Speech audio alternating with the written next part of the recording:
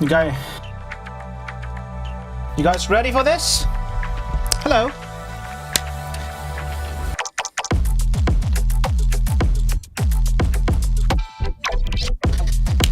So, welcome to the next chapter.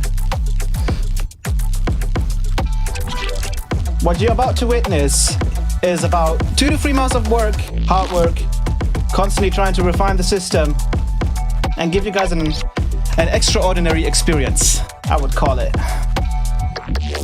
I have assembled a little mix here that I want to play you guys, and I want you guys to experience this thing.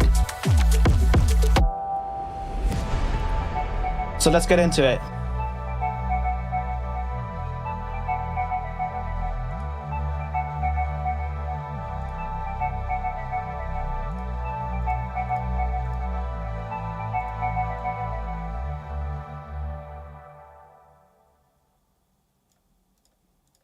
Let's go.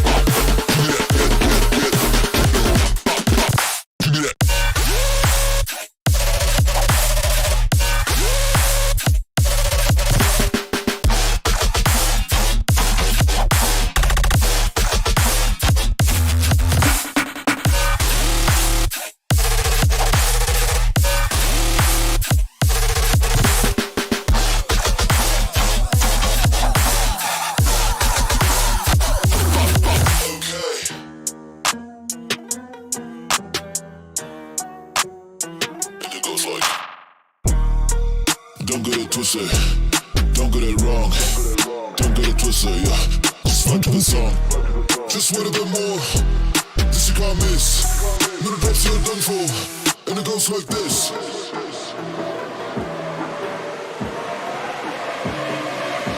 And it goes like this.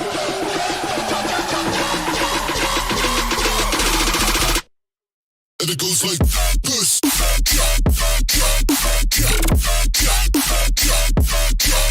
And like this.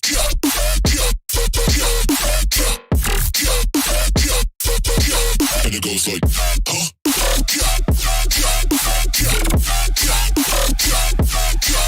And like this.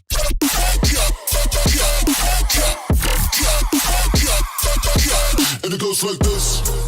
Don't get it twisted, don't get it wrong. Don't get it twisted, yeah. Just vibe to the song. Just wait a bit more. This you can't miss.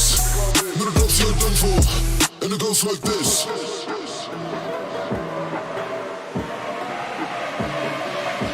And it goes like this.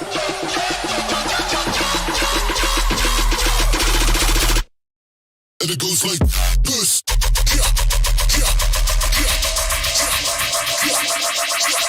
And like this.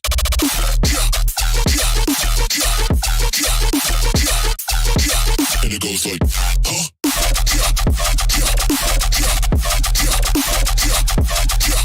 And like this.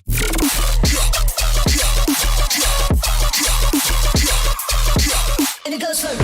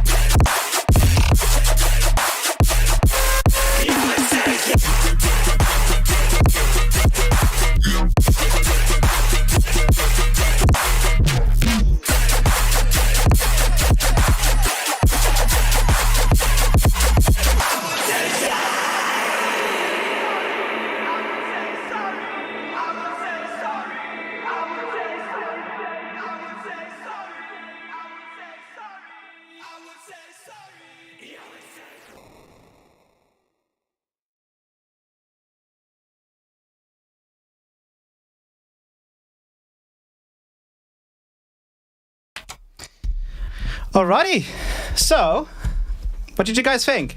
Did you guys like it? Now, you might think this stuff was pre-recorded. You might think I maybe recorded my head or something and messed up a couple times and I didn't care. But funnily enough, this is real time. And if I take off the party mode, this is me. As you can see. You can see me talking. You can see everything's reacting. You can see the background is reacting. I can move my head left. I can move my head right. It all works. This is the next step for NASCO. I wanted to give this music project some identity, and I think I've got it down. And we have a lot more stuff coming. So, there's actually a much more complex thing happening below this mask. And I will tease it to you. I won't show you everything. As you can see, I can blink even with one eye, as you can see. I'm going to show you just a little bit, just a little hint, okay? I'm going to open up the visor just a little bit. You're not going to see everything, but as you can see, this stuff is pretty complex. So, anyways, that's for another stream, probably. We have a couple of things to talk about.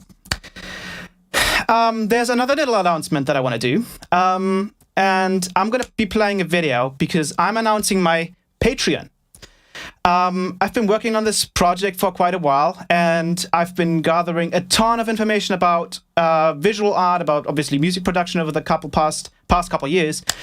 And I wanted you guys to be part of this new project, and I wanted to start streaming weekly, twice weekly. And we're going to have exclusive streams for the Patreons. We're going to have Blender streams for the Patreons, sample packs, everything.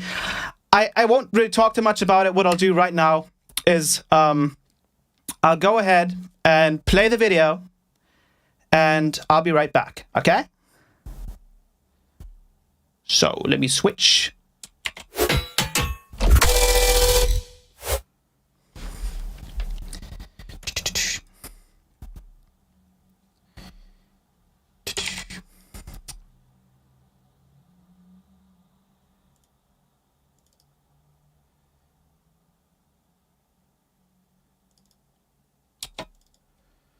Okie dokie.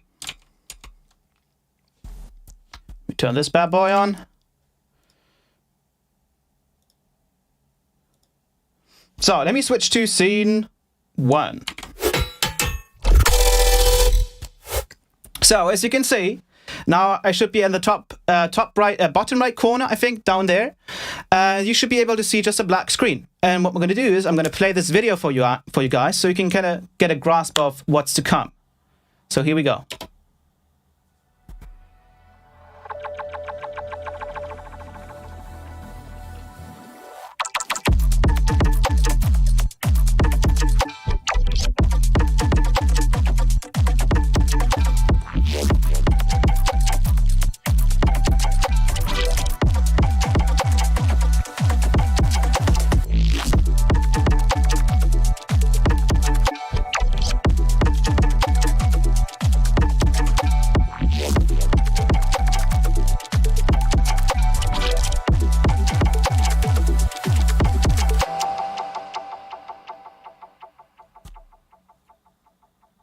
So there we go.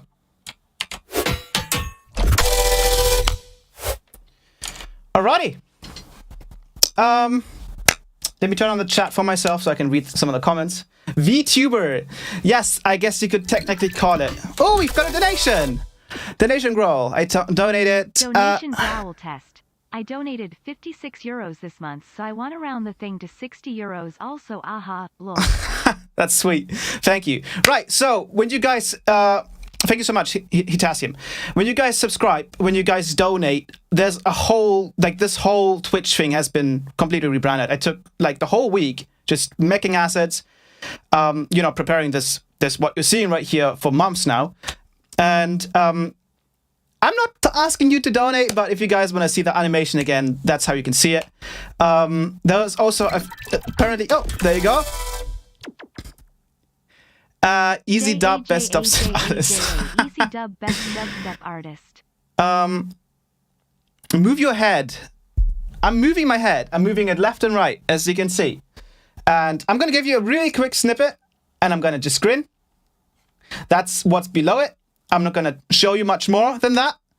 But yeah, so the new theme is futuristic, that kind of stuff. And I wanted to make sure that everything looked... Oh, I want to see it again. There you go. I want to see it again.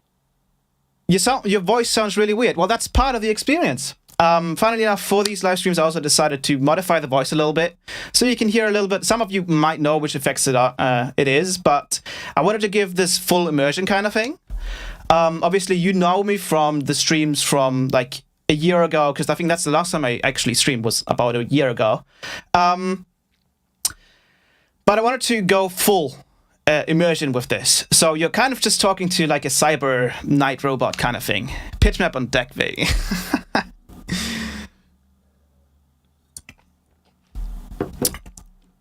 All right, so there's a couple of things I want to go over. Obviously, the Patreon. But then also I want to go over a cool plugin that I've recently discovered.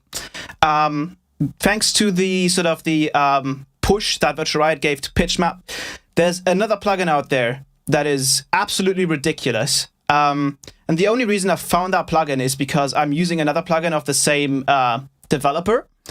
And I've used it to make some of the sounds, some of the idle, like when the stream started, that track was made with that plugin, and obviously some of the other sounds that you heard in the little mix that I made. So, anyways, let's go over the Patreon, shall we? So let me check one thing though. Looking directly at the screen. Actually, yeah, that should be correct. Okay, cool. So let me go. Bam. So yeah, right now this is only a YouTube stream. I tried to make it on Twitch as well, which is unfortunate. I might be able to do it in the future.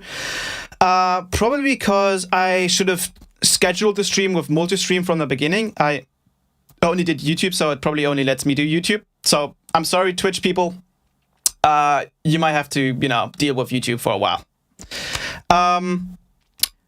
So anyways, let's go over the Patreon, because I want to do this stuff full time. I want to give my all to this, and I want to build a community over from the live stream community as well, because I think you guys love these streams that I did years ago. Well, a year ago probably. Like I stopped a year ago, but I want to get back into it, and I want to provide a lot more knowledge, a lot more entertainment as well, as you could see with the new live streams.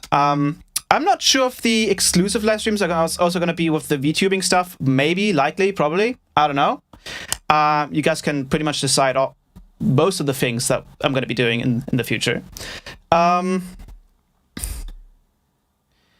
So let's go over the Patreon.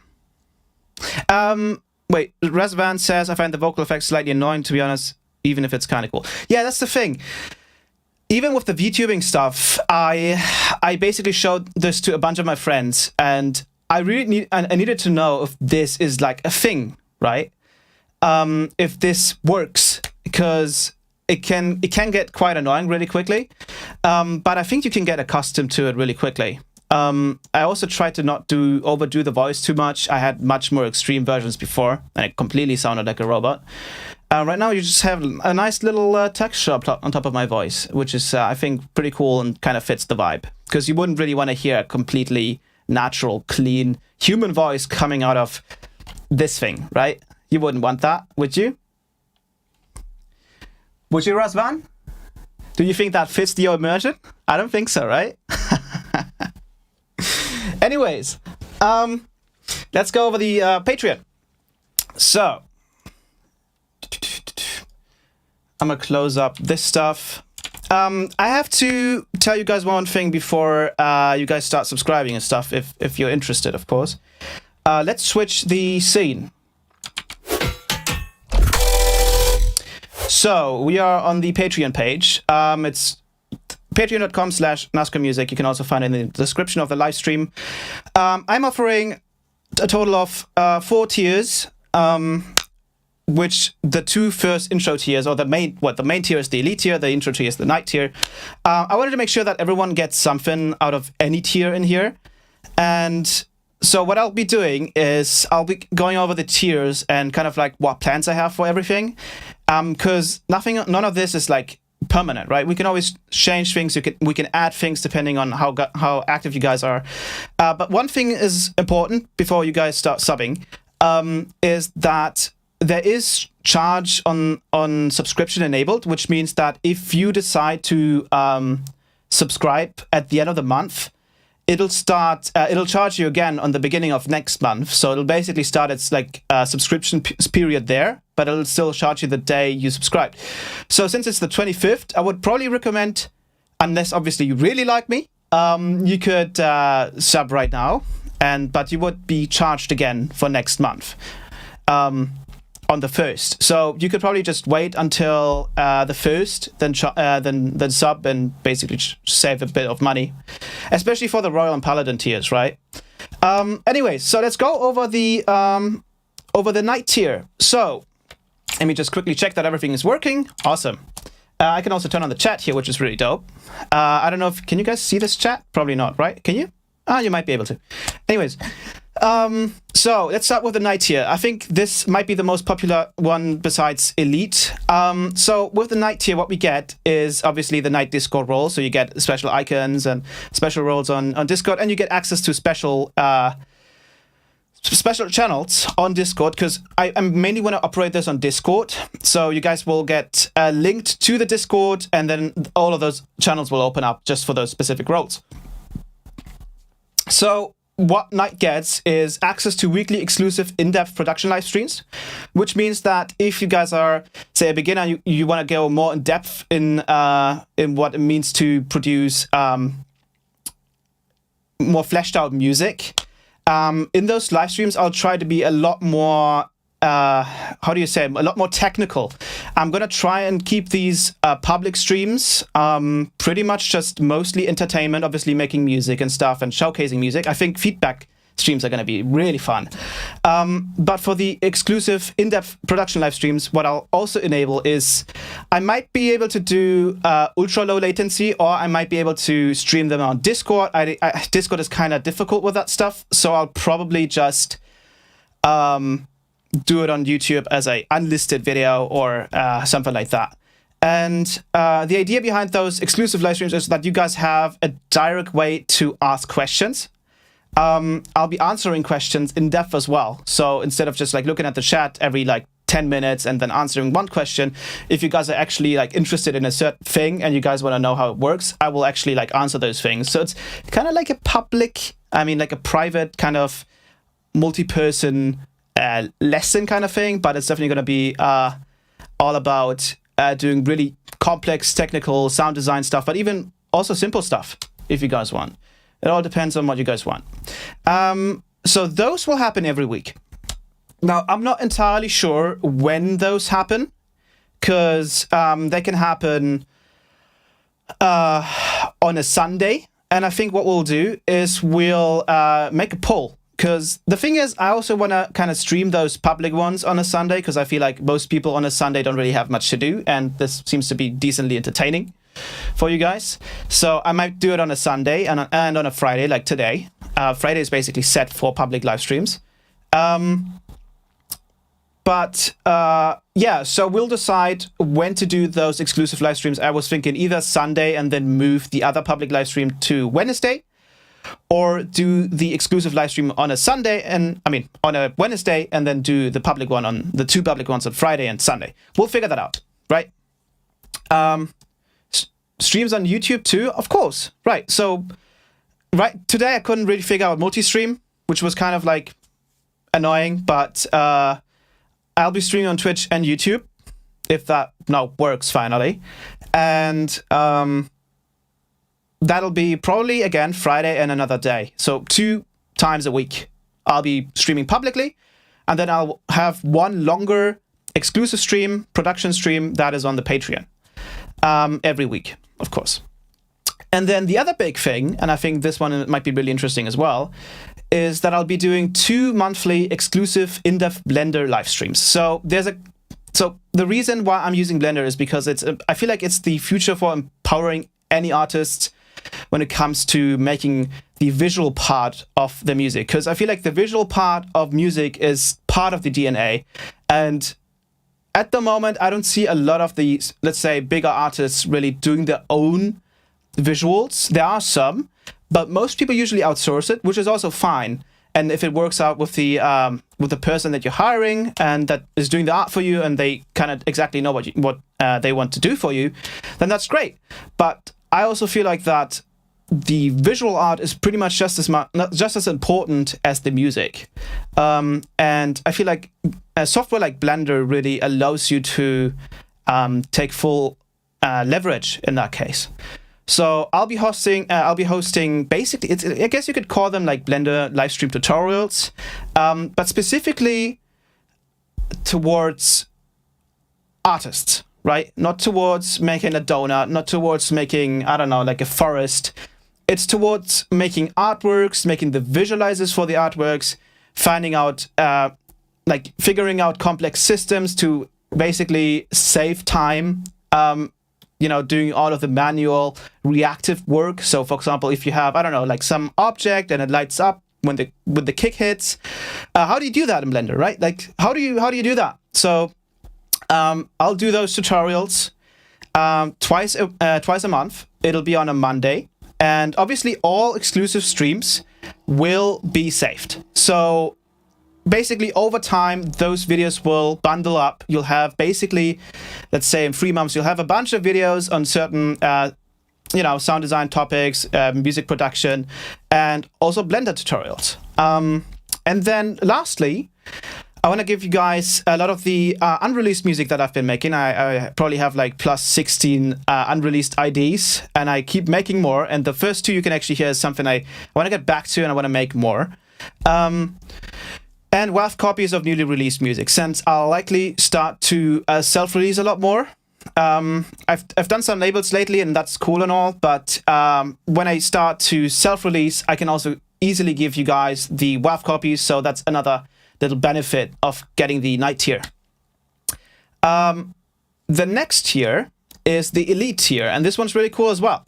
So with the Elite tier, you get everything from Night, but you also get a monthly sample pack. So I don't know if you guys know, but I have a preset pack on Splice.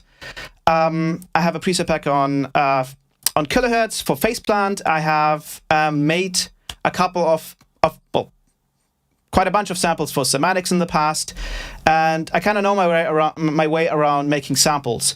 And for some reason, I personally never make samples for myself, but I think since I wanted to start doing that, I wanted you guys to be able to benefit from that as well. So what I'll be doing is I'll be doing monthly sample packs, probably between 50 to 100 samples. And considering that you get everything else from the first tier, it's pretty cheap. But again, they mainly also use a use case for myself. So it's just kind of like a bonus when you get this Patreon tier, is you get all of those neat little drum samples, bass sounds, effects. And what I actually also want to focus on mainly is I don't want to just offer samples that you throw in your project and then you feel that sense of, what's it called? Imposter syndrome, right? So I don't see a lot of artists actually use, for example, one of the samples or presets from bigger artists, because it just feels like weird, right? When you're already at a stage where you could make those sounds yourself, why outsource them? Like, you can just make your own sample pack. So what I want to do is I want to go beyond that, and I want to offer sample packs that go beyond sort of that limit of, oh, here's a sample that sounds exactly like that specific artist. If you're going to use it, you can try to manipulate it, but it'll just sound like that artist. So what I'll do is I'll offer the most sort of fundamental elements. You can basically layer things, process things together, and get entirely different variations of sounds. So it's basically, you can imagine it like a preset pack with macros, but in samples. Kind of like that. And the next thing you get from the Elite tier is 2 monthly specialized high-quality Ableton Live racks. So funnily enough, I was actually doing a mix and master recently for a track. And I was trying to send the track back, the project file, and I noticed that they seem to not have, or I didn't know if they had, for example, something like Pro Q3, where in Pro Q3 you can do dynamic EQs. Now, I have a ton of knowledge creating racks that are actually like useful. They're not like overblown with a million macros and they give subpar results. They are usually, the racks I make are very, very specific to a specific use case. And once you use that thing, it's all obviously Ableton stock stuff. You won't really need third-party plugins. So for that mastering thing, that project, I actually managed to make a dynamic EQ inside of Ableton Live 11, only using the stock plugins and one Max for Live device that works anyways. That's it. So I want to do post-processing racks. I want to do special sound design racks. I want to do dynamic EQs. I want to do spectral gates, for example. I want to do all kinds of interesting reverbs and quick effects that you can throw on, and you can basically just save a ton of time with. And I'll do 2 of those monthly. We might be able to turn them up to 3 or probably maybe even less, depends. I think 2 is a good number at the moment because I have a bunch in store.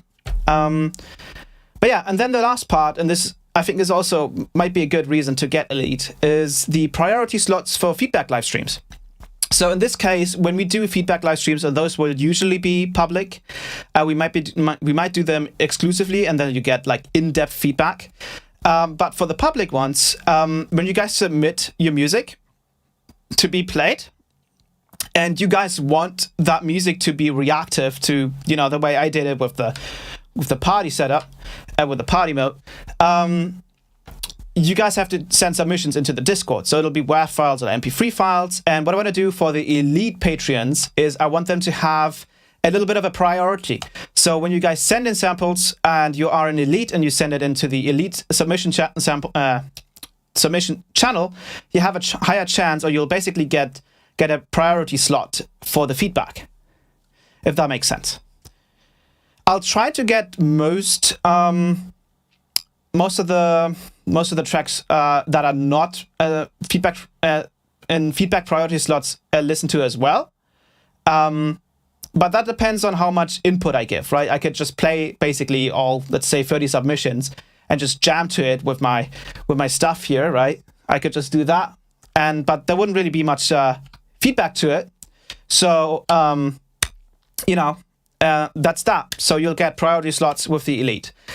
Now we come to the Royal and the Paladin tier, and those 2 are very special because I am now hosting, or I'm offering lessons through Patreon tiers. I was thinking about lessons earlier, since usually in my streams, I have this weird way of explaining pretty complex things in a way that is understandable, because I personally hate listening to stuff that I can't understand. And that is usually an issue with language. So what I like doing is I like to explain complex things in a language that makes sense. It's kind of like, I guess, kind of fun for my brain to do. And I kind of just naturally fell into that kind of like educational role, I guess. And I want to try lessons. So here you go. There's a total of 20 slots. There's 10 slots for Royal. Well, there's 8 left now. And there's 10 slots for Paladin. And what you get with the Royal role is you get obviously the Royal Discord benefits, the exclusive channels, and you get all the benefits from Night and Tier. And you get one monthly 1 hour private lesson, production lesson for beginners and advanced artists. So I want to take both what's it called? Both kind of pools, I guess, producer pools into the system. I don't want to just do it on advanced artists or just on beginner artists. I feel like there's always time to learn, and there's always new things you can learn. And so I wanted to offer that. And then you also get with that lesson, you get the option to either do Ableton Live or FL Studio. The funny thing is that I actually started producing music in FL Studio for quite a few years.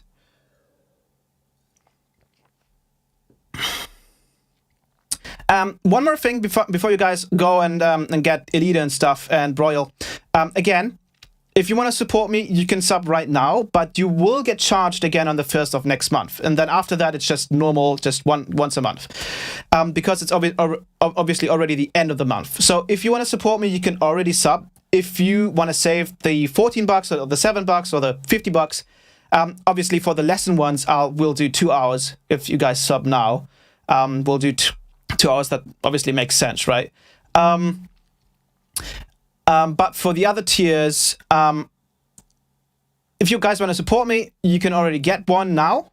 And the sample pack and the racks and stuff for Elite will drop on the 1st of March. So that's next week, right? And for Royal and Paladin, if you guys already sub now, you will get 2 hour slots in the next month. For Paladin, you'll get 4, of course, but that's obviously because you pay double because of the 1st of March. But yeah, so you guys either can wait, or you guys can support me and throw some extra cash at my face. And then the other thing you get with the with the Royal tier is the access to constructive, in-depth feedback. I think honest and harsh feedback is probably some of the best feedback you can get. Simply because once you have another sort of outside input that is, let's say, never really satisfied with things, it always pushes you to improve. So what I'll try to do is, obviously, I won't like destroy your tracks or like I won't destroy you with the feedback. But what I want to do is I would think like, okay, if I were to release this, what would I add, right? What would I work on? What would I change? If I were to take this serious and think about like, what do I do to release this? What do I have to change? I want to give you guys that sort of mindset and that opportunity to get sort of a first-hand kind of like, what would you do situation, right? I'll obviously try to stay objective, because there's always things that some people may like, some people may not. But if it's things about mixdown, if it's things about like gain staging, if there's certain plugins that you could be using, for example, you have some really resonating sound, there's harsh frequencies in there, you don't really know how to fight it properly, you're using an EQ, but you don't really know. I just get the dynamic EQ rack that I made, right? Or something like that. So yeah, that's the Royal tier. And then we come to the Paladin tier. So the Paladin tier is pretty much the same as Royal, but you get 2 hours. And the difference here is that it's not just double the price, but you're actually saving money. So I think this is showing it in euro, but in USD, it's 50 USD for the Royal. So you get everything from Elite and Knight, plus a 1 hour session. And then the Paladin is, I guess, 85, I think. Again, it's showing me in euros. Can you guys confirm if it's 85? I'm pretty sure it is, or it might be. I don't think it's 90. I think it's 85. Right? Is it 90?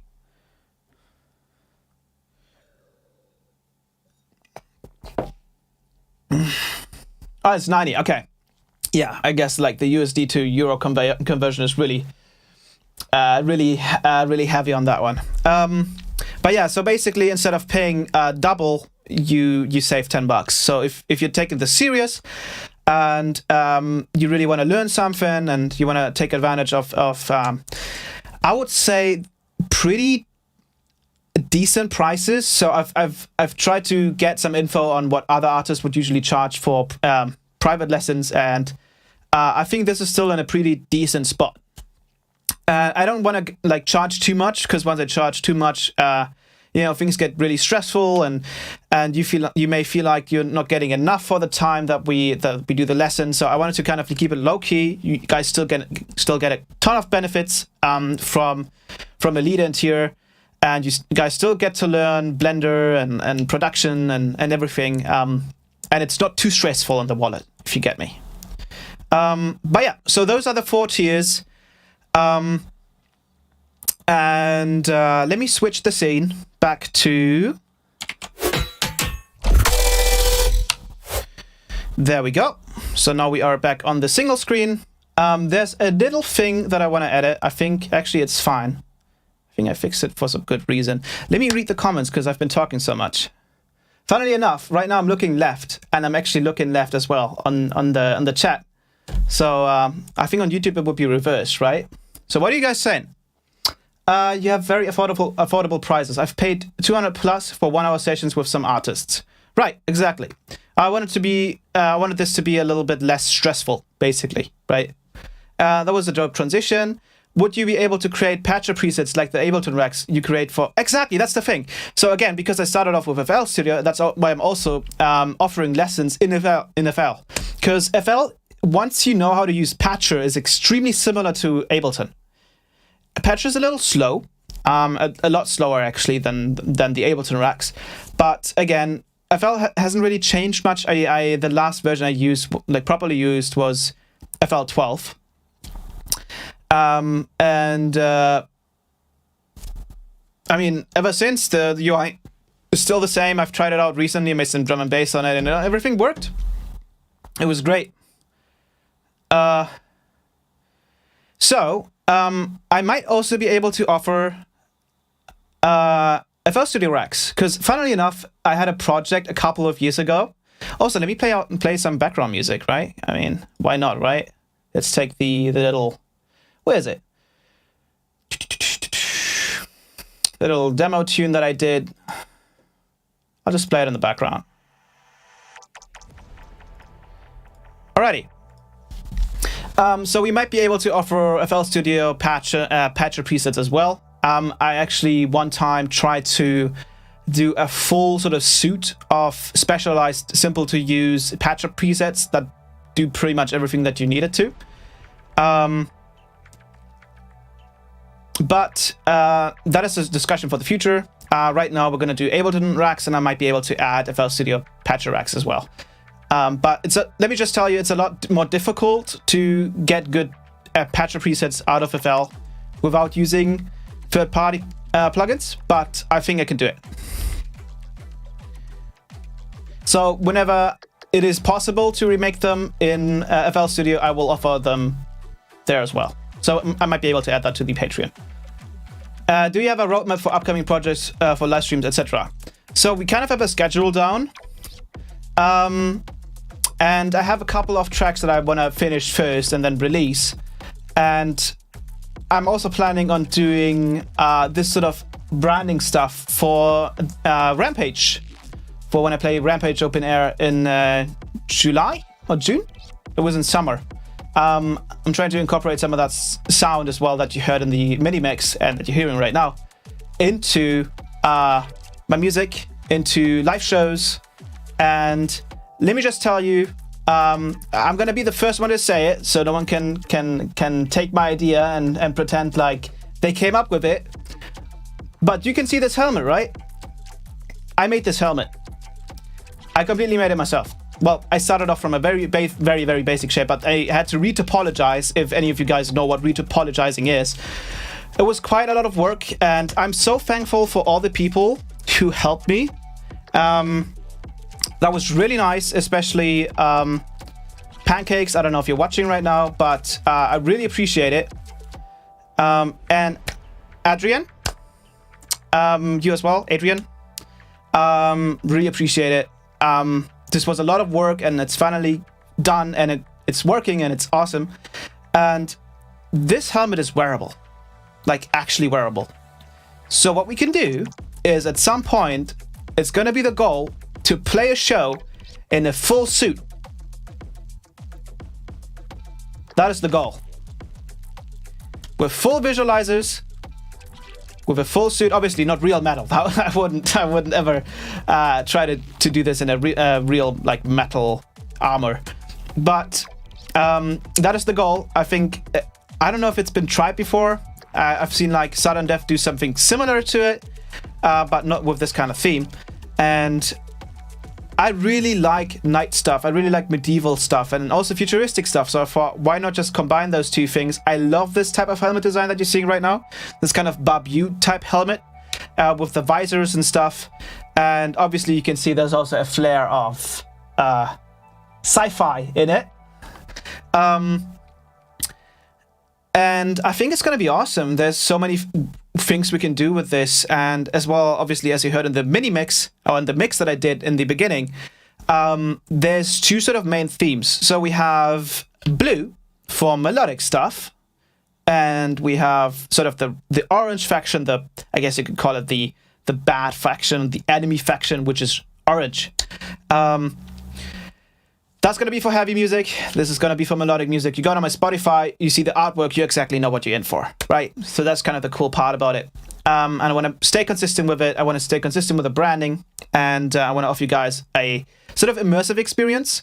Because before I was obviously, you know, just recording myself with a camera. And it was cool and all. But what I want to do here is I want to sort of... I want to be part of something bigger. That isn't necessarily just myself, right?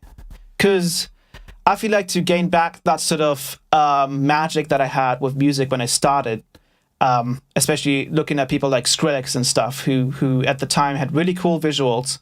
And that was absolutely part of it. It wasn't just the music, it was the visuals, it was the music videos, everything. It was all very magical.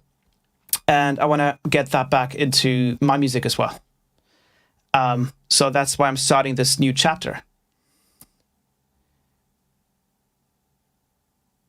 Nasco, I am from Philippines. I'm a fan since I can't scroll up.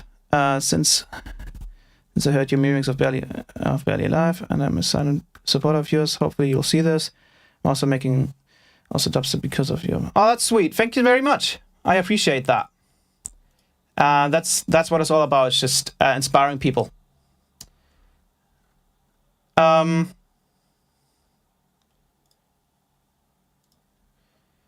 But yeah, let me go back to the screen. There we go. So an orange for heavy bass, exactly. Best of luck, man. Proud of you. Thank you very much. This week has been a nightmare. Just waking up, working, going to sleep, waking up, working, going to sleep, trying to get this all working. But I'm glad it is working. And the stream hopefully doesn't just crash for some reason. I'm definitely using a lot of power on my PC. That's what I can tell you. Will you produce today? Yes, I will produce, and I will be showing you this cool plugin that rivals PitchMap, and I personally think is actually better and more useful and has a much friendlier workflow. And I've been loving it. It's amazing. And actually, the two of the first tracks that you heard. So if I go ahead and play you those again, and I'll make those a little quieter, right? So those two, this one,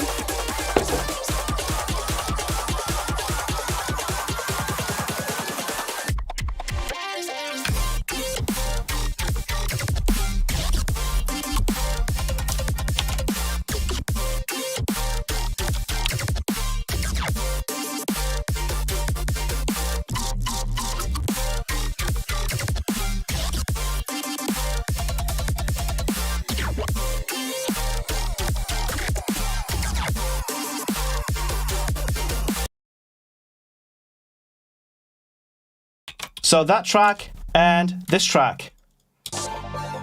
Wait, it's right here. Nope, I just skipped it. Oops. And this track.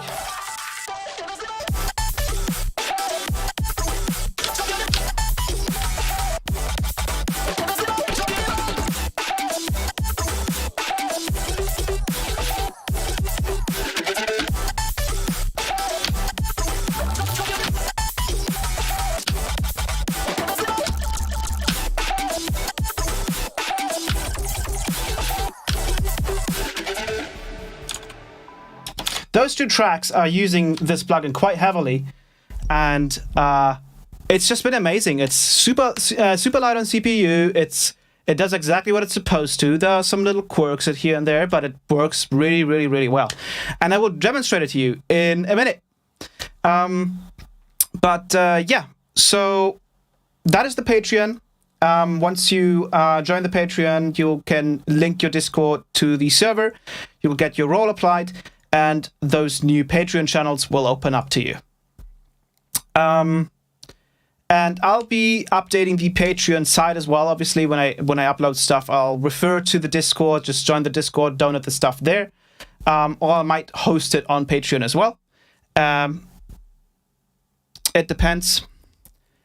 That's really cool, bro. Well done, Lou. You are a knight. Yeah, I'm a knight.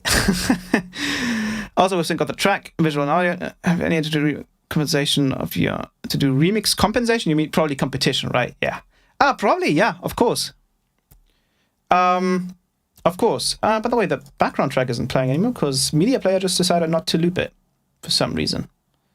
Where's the loop button? Let me loop it. Yeah, let me loop it. Thank you. Oh, I'm duplicated. Let me turn that off. Alrighty, will you do some color-based sound design today? Yes, we will. I will show you this plugin. Since Virtual Riot kind of just revealed PitchMap to the masses, I wanted to show people another cool plugin that is much more user-friendly and workflow friendly, except for the latency. But everything else is great with that plugin. Also, I'm not entirely sure yet, but I might want to do... I might want to show you guys what's under this visor. And I could basically just be hosting the streams like this. It looks really weird, right? It looks kind of like that uncanny valley because it's tracking everything from my face really, really well, right? So funnily enough, I bought an iPhone like 13 Pro just a couple months ago because I was using an S7, a Samsung S7 that's like super old, right? And it was just dying on me. And funnily enough, those new phones have a feature that is exactly made for my situation, which is really, really cool.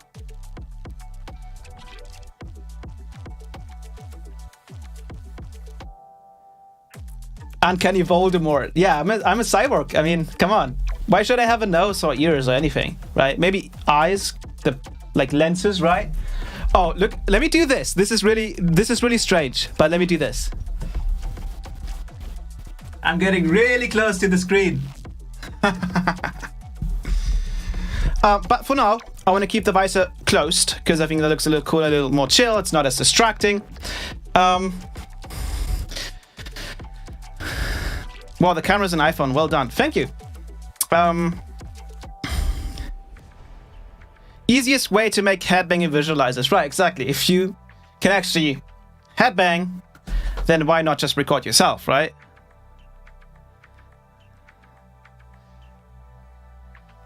So yeah, let's get over the. I guess let's get over the cool plugin that I wanted to show you. Do you have dots or something on your face to track more precisely in Blender? No, my face is just entirely clean. I do have to have really good lighting, but other than that, the iPhone has great tracking, really great tracking. Visualizer is seriously cool. Thank you so much. And you can just imagine if we're doing a feedback live stream, what that would look like, right?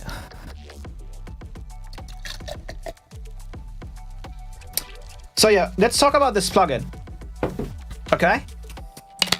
And I will actually open up one of the demo tracks from the mix that I made for this stream. Oh god, yes, oh no. Yeah, I removed that. I didn't need it. I'm a cyborg. Why do I need a nose? Do I need to smell things? I don't think I need to smell things. I wouldn't even need the nose for like my taste buds because I don't eat, right? So let's get over this plugin. I'm gonna open up Ableton. So I'll go back to the idle screen real quickly. I'll be right back, okay?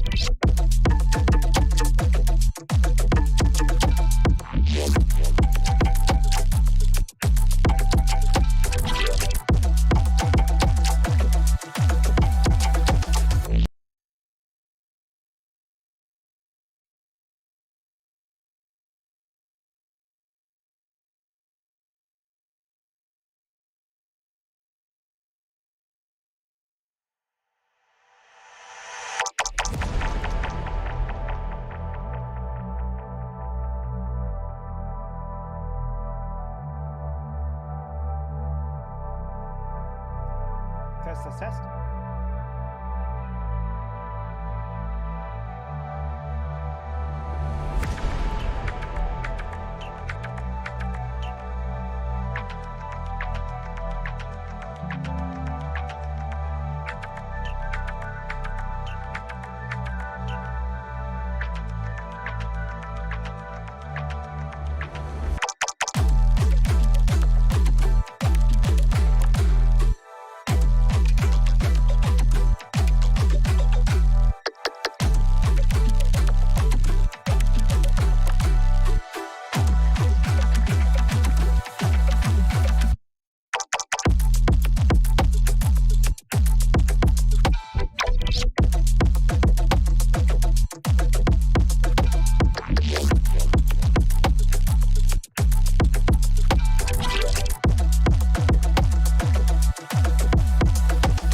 I'll be right back.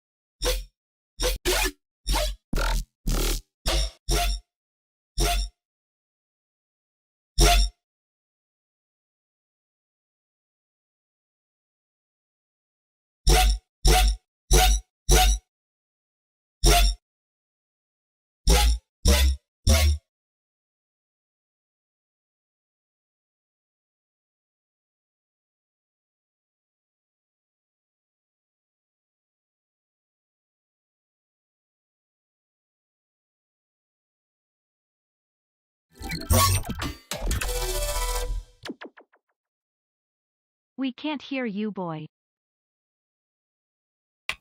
I need to get that right. Oops. You just saw behind the curtain. Damn it. You never saw that, okay? You never saw that, okay? Let me see real quick. Yeah, I forgot to turn on my mic. I guess I was just talking for 5 minutes straight. Yeah, that was why is my hello? My LEDs are pretty dark. Can you go brighter again, please? Hello. Thank you. Go a little brighter, please. Go a little brighter. I guess it doesn't want to do it right now. I don't know why. It's fine. It still works, right? Oh, I know why. Because we haven't switched it to this. I mean, it's still weird. Anyways. Okay. You guys can hear me again, right? So, let's go back to Ableton. Okay. So, you all know elastic pitch, right? I think I showed that last year in a couple of streams. This plugin is awesome because this is basically Complex Pro in real time. Well, not technically real time because it has latency, but you know, pitching this up and down is not really real time. You have to double click this, go in here, switch it to Complex Pro, and it has to be an audio file. Kind of annoying, right? So with elastic pitch, we can do all of this stuff in real time, which means we can just open elastic pitch. And let me turn this down. And we can pitch it up, pitch it down, and it sounds really good, right? Kind of like how those CDJs and stuff, how they kind of process the way they have the pitch algorithms is trying to preserve transients, trying to preserve formants and everything. And elastic pitch does exactly those things in a very, very, very, very, very high quality state. But it does add 162 milliseconds of latency, and trying to automate things is a little difficult. It has like a delay in the automation as well, but it's still a very, very cool plugin because you can just take pianos and lay a lower version of it into it, get more like harmonics out of it. You can use it on basses and make proper like bass lines and stuff with pitch changes. And oh, look at this. I can actually open up the chat. And if anything's not working, that's actually what I didn't do before. That's why I was talking for 5 minutes and I didn't realize. Now I can see the chat, and if anything is weird, I can see it. Is it useful to ever unlink pitch and trim timbre? Yeah, sometimes it is. Sometimes you would want to pitch things up, and then you would want to turn down the format even further. So, alrighty. So let's do this. Let's open up. Where is it? The plugin, which is called RETUNE. Now, RETUNE, what it does is it takes, just like pitch map, it takes the basically all of the harmonics of whatever signal you send through it, and it pitch corrects them. But the way RETUNE does it seems to be a lot more how would you say it? It's a lot more optimized and a lot more user-friendly. So again, RETUNE is made by the same guys who made Elastic Pitch. I mean, not technically, it might be different developers, but I doubt it because it's pretty much just as high of a quality. But RETUNE is crazy. So when we load up RETUNE, we agreed it with this interface. Let me check that everything is working. You guys are hearing me, right? There's not a big latency when I play things, right? Everything's good. Just checking.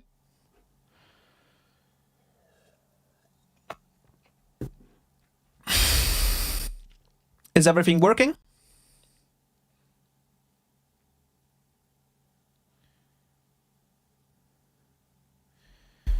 All good. Yes, it's good. Awesome. Cool. So, what PitchMap does, and this is really, really, really, really cool. As you can see, we basically have the same situation when we open up. I'm going to close the chat. So this is really genius. When we open, for example, let's say Serum, and let's just make a quick, simple patch. Well, let's actually use my Kalimba preset. Where is it? Let me see. Let's use Kalimba Broken. Also, sample splice simple splice preset splice preset pack plug. There you go. Kalimba Broken. So if we press M. So for example, if we grab one note, okay, let's just get this. And we use this, for example, let's use a chord function, right? And then we do something like 3, 7, and just have like a normal ass chord, right? Which is 3 notes. If we were to play different notes here on the keyboard, we would run into the issue that none of these are really in key. So for example, if we are in C and we want to write chords in C, we would go ahead and use the scale MIDI effect. And then we would go to, not minor, that wouldn't make sense. We would go to major and put it to C major. So now every chord we play,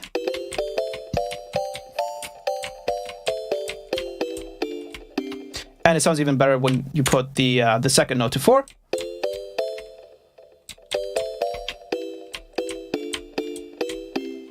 So, you know, you are probably familiar with this kind of system.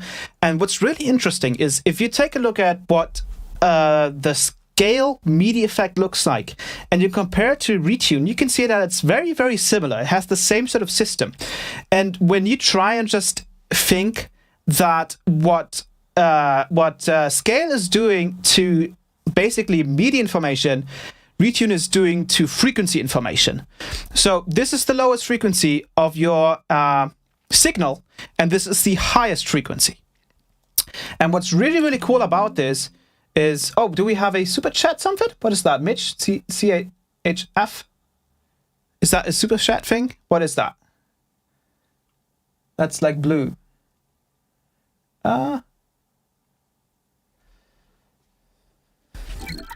Ooh, super chatted, yeah. CHF. That took really long, but at least it came through, right? That's sweet. Thank you so much for the donation. What's really cool about RETUNE is that it basically functions the same way scale works, but for the whole frequency spectrum. So let's, for example, use this bass one shot. That is not a bass one shot. So yes, let's use this, or let's use something that's a little bit more, let's say, inharmonic. So let's go to samples. I don't really have much samples here to display. I am using some other ones that I made for a pack for a different company a while ago, but I wouldn't want to open that up yet. Do we have... I just had them here, didn't I? Here we go.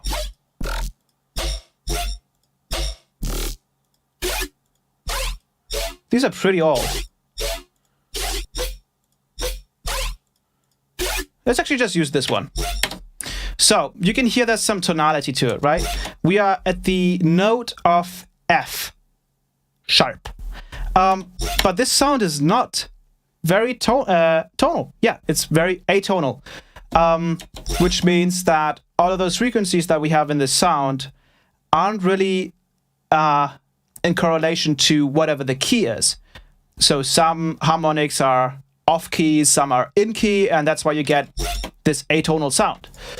Now what RETUNE can do, and this is really, really, really cool, is it can basically detect every single sort of harmonic or like main harmonic frequency areas, and it can re-pitch them, or it can pitch correct those certain frequencies to another frequency. Funnily enough, this isn't like just some simple auto-tune for basses. What this is it allows you to reposition any note to any other note. And that gets really crazy. So what we can do is, this system is kind of weird to understand at first, but it's really sick. So what we can do is this up here, this section up here, we can also simplify it, but I wouldn't recommend it too much. So this section up here is basically whatever the note is that is being played as the input. So since we have a bass one shot that is F sharp, we would want to put F sharp. And then what's really important is whatever this is needs to be converted into here. So since this is F sharp and since this is atonal, you could say, oh, well, then it's probably F sharp minor, right? But this is not how this works. Since the actual sound isn't really an instrument of sorts, trying to go for minor is not really going to result in the sort of purification of all of those frequencies. What it's going to do is it's only going to fix some of them. So what we're going to do, and this is pretty much important, you can do this pretty much for any signal, really. Minor is basically just more accustomed to that certain scale. But if you go to chromatic, as you can see, all of those little spots here are now active. And what this means is that we now are able to reposition any frequency in that bass sound. And down here in this section, what you have is basically the... this is basically a preset, so you can change this to anything. And what you can do is, for example, if you want this bass to be in F sharp minor, we can switch it to F sharp minor. And now, when we turn off RETUNE and turn it back on, suddenly we can hear it still sounds really very much like the original, but it's like fixed in pitch. And this is just very mild processing. So as you can see, we have a sensitivity option here. We have a transient option. And we have a smoothing option. So the smoothing option is basically, you could imagine just if you record some really funny like rap vocals with RETUNE on it, what you would do is you would take the retune speed and you would turn it all the way down. So it sounds like really bad RETUNE, like the T-Pain kind of effect. Well, on him it sounded good, but usually it sounds not that great. So smoothing in this case actually is good. Depending obviously on the input signal, but usually you would want to have this on 0 milliseconds. So it just cleans it up. It doesn't have any pitch bending going on. And then sensitivity is really interesting. So what this basically is, you can imagine this is basically like a low pass filter for which frequencies get affected by retune. So basically when we have this at 0, it's not doing a lot of the frequencies, it's more doing the lower mid frequencies and the sub frequencies. And when you go sensitivity all the way up, it's basically doing everything from probably like 0 hertz to 20k hertz, likely. Not entirely sure about that. Don't quote me on that. Now, you haven't really heard much of a difference, and it doesn't really have that sort of color-based sound, right? And this is where the pitch correct comes in. Now, I would usually either have it 100% up or just off. But usually you would want to have it 100% up. And now listen to this. You can get a little bit more harmonics in here. So what we're going to do now is we're going to mess with two very specific regions that I've always had kind of trouble with. So you know how a key has certain notes, at some point, certain notes. So for example, if we open up a MIDI channel, and if we go to notes, scale, and we do, for example, C, let's do C major, sure.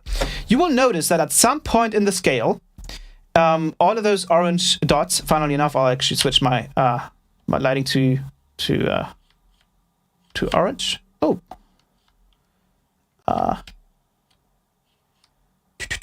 Let me check really quickly why this is not working. I think it's because it's on. Let me check something really quickly.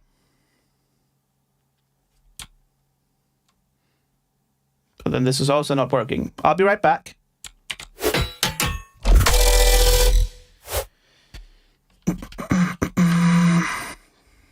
Why are you not going to do anything? I think it's because you're probably in a group. Is that why? Is that why you're not working? Nope, that is not why you're not working. Where are you at? Here we go. Are you going to work now? Thank you very much. I appreciate it. I guess you also messed up for some reason. So let's load you up as well. M. And then you probably messed up as well for some reason. A. There we go. Finally, everything works again. I don't know what was happening, but everything seems to work again. So let's switch it back to 2. You guys can see the screen, right?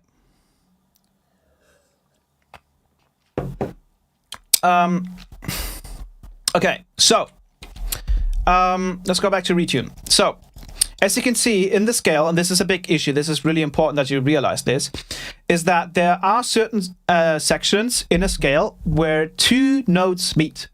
So for example, if we load up, I'll load up a contact with some kind of piano. Usually those are the best to show it on. Let's load up the grandeur. Bam, bam. So for example, if we write a chord like this, let me do.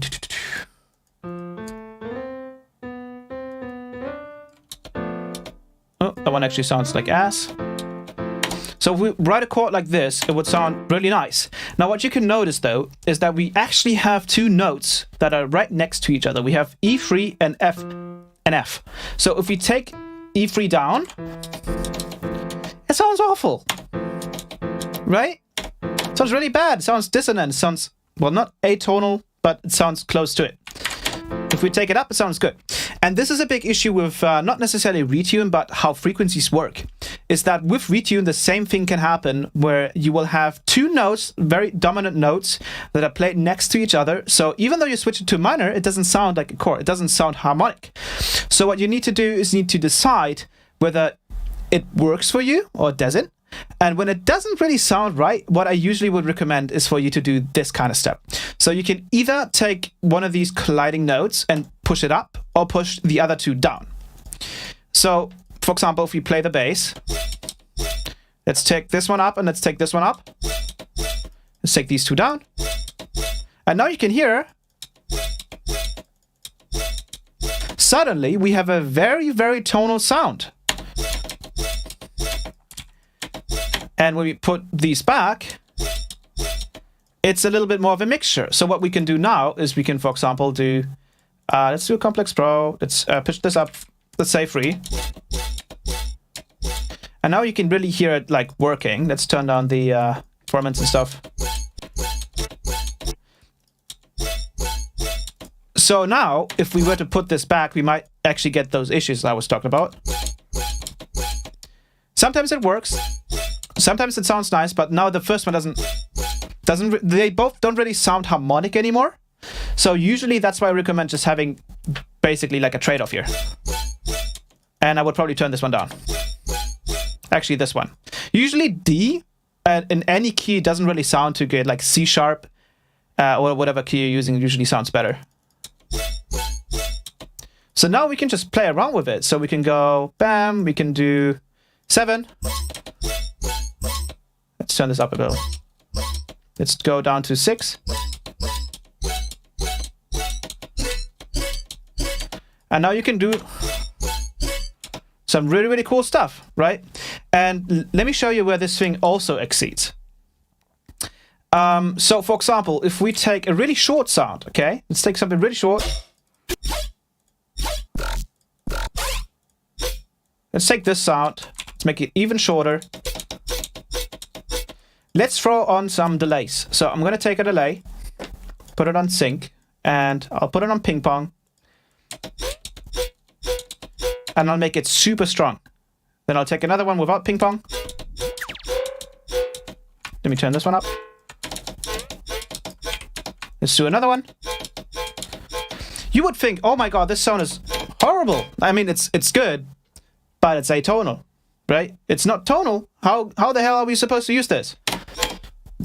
Well, fear not, we can use retune right after it. What the hell?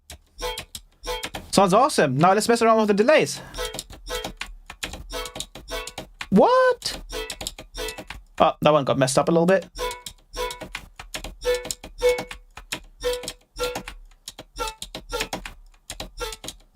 Let's mess with the initial pitch.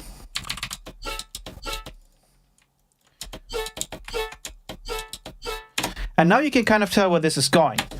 And not only do are we able to now use anything before retune and basically have it be tuned, what we can also do is we can use effects that were previously atonal, like frequency shifting. So if we take a frequency shifter with the sub not being affected, of course. If we take a frequency shifter, so I'll use a rack of mine, which is probably like shift. If we take this and we shift it down,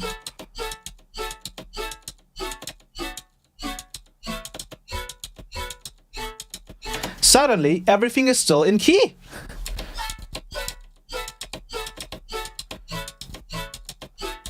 And one really cool thing about this plugin is that it's, so if you take a look at the CPU, we're jumping up to like what? We're jumping up to like 8 to 9 CPU usage. Let's turn off retune. And we are at around 6 to 7. So usually when I use retune, I get around like 2% extra CPU usage. Compare that to something like Pitch Map, where it's obviously a lot crazier. I think that also, the plugin is also older, so obviously it's likely less optimized. But this is totally usable in any project. And this isn't really where it stops. You can put this on anything, and I mean anything. Let's put it on some background effects. let's put it on this. Let's grab the same retune. We're gonna do it in F sharp minor. Let's play it.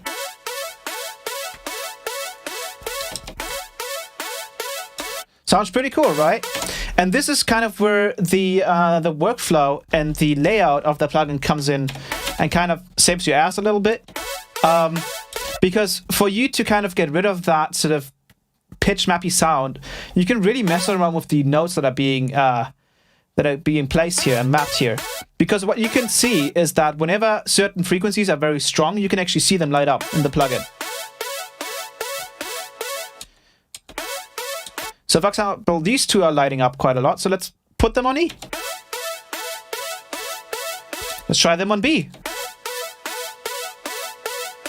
Maybe A. Maybe F sharp. And let's move these up. Let's move these down.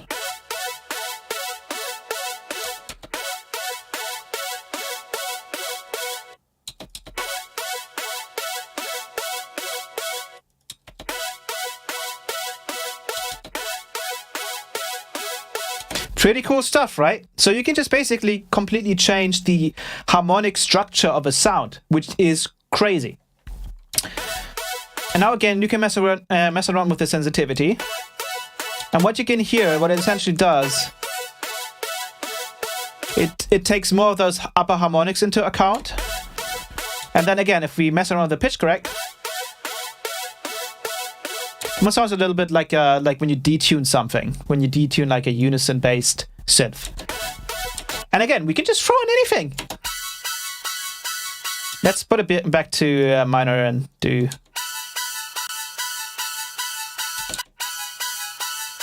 Let's use something else. Let's use this. Oh, we had that one before. Let's use this one.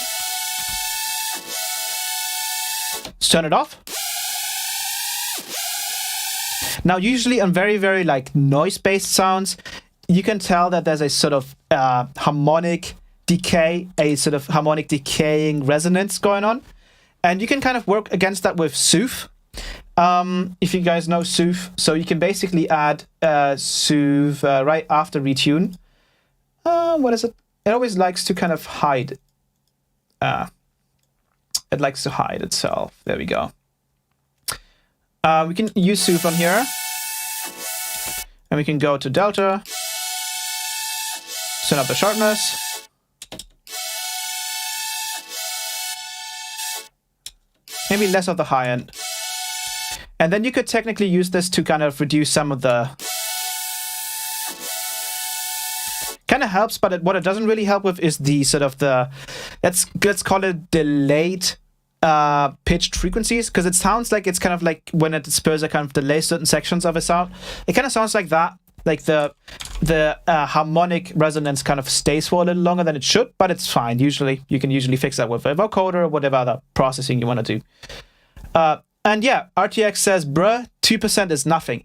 And that's why this plugin is ridiculous, is because you can use it as an actual plugin in a project, and you don't have to like think, oh, I need to then resample this thing, because like I have a project here, like one of the first two demo tunes from the mix that I haven't resampled anything. They're all on those channels and they're fine. It's crazy cool. So let me show you some really cool use cases. So for example, I found this other really cool plugin. Well, I knew about it for a while and then I tried it out, and it's called Fracture. Now there's a free version which can basically do the same thing. I got Fracture XT because I found the plugin was so cool. I wanted to support the guys who made it. And Fracture XT is really cool because it can basically do what Edison does with the scrubbing thing that I do, but it can do it, let's say, a little bit more chaotic, and it can actually reverse things, and it can loop certain sections which Edison really can't do with the scratching. And it also has a sort of like, I guess, like a post effects granulizer, which can sound really nice. But this thing is crazy when you put it on drops. So, or even on a single sound. Let's go to one of Vimana's sounds. I really like using these Vimana sounds.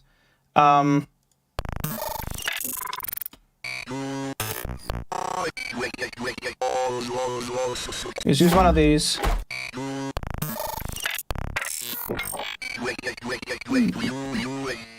Oh my god. Let's use just this little part right here. So we have fracture on a audio channel. So let's just use this little part. We don't even have to use a big part of it. But you can put this on a drop group and just kind of resample it. It's really cool. So if we just use this little part and we loop it. Also, chat, everything's fine, right? Hallo, wie geht's? Mir geht's gut, und dir? You loop this. It's a really weird sound. Let's extend it. Now, if we throw a fracture on it, and we go into the dry wet all the way up, and then change the... Oh, just put it on it, actually. We can now use, for example, just the buffer section, and we can...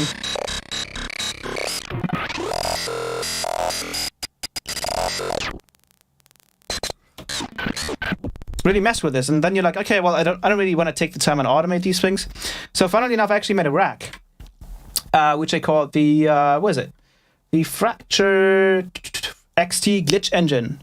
And what this does is, and I was actually hoping to use the modulators inside the plugin. Unfortunately, the smoothed random LFO is too slow. So you can change it to BPM and then turn your project BPM up to like 900 and then it's fast. But generally speaking, if you're using Ableton, you can use the Max for Live LFO or the built-in Ableton LFO. It's really fast and it's really, really good and smooth. And when you then map these three parameters, which is buffer size, buffer speed, and buffer repeat, you get some really cool stuff out of it.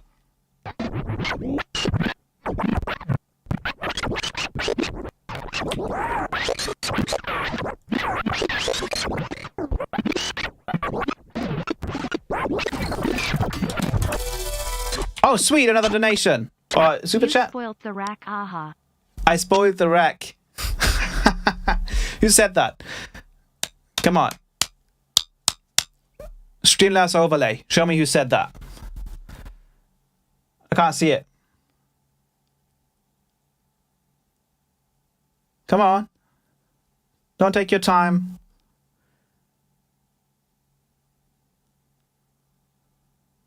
It's not showing me.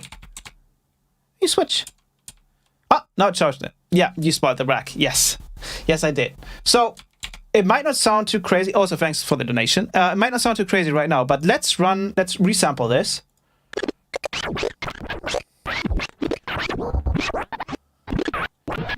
And we can even take more of the signal and just do more on that.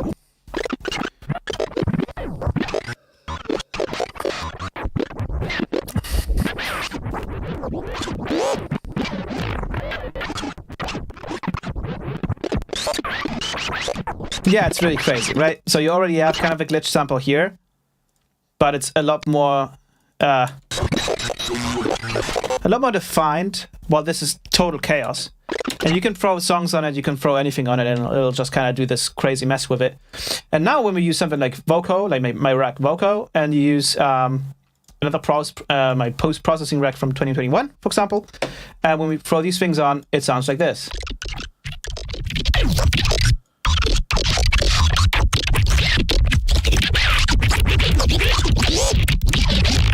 Look at my screen going up. Look at my helmet. So funnily enough, whatever I do in the software also gets pushed onto my helmet. So for example, if I take a Serum and I play a sound, let's play it really low. Let's turn it up a little bit, switch it to a sine wave. Let's distort it. I'm vibrating now. Look at this. Let me turn it really up. I'm heavily vibrating.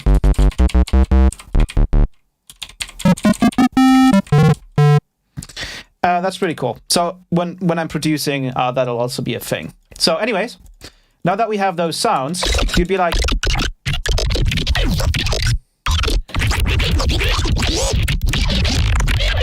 That's pretty cool, right? But can we go further than that? Of course we can. why not just try retune on it? So let's grab retune and let's throw it before the vocoder. So we kind of get it more crisp sounding. And we have this on F sharp minor currently, obviously changed with the one note. And now let's play it.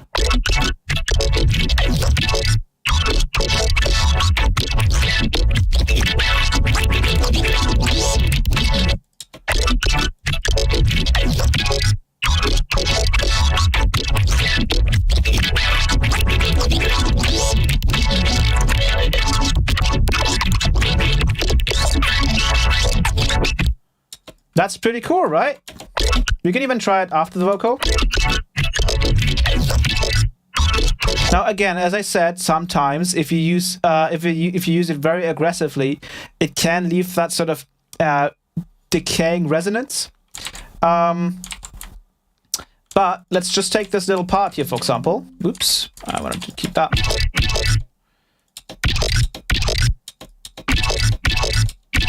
And we can mess around with this. So we can, for example,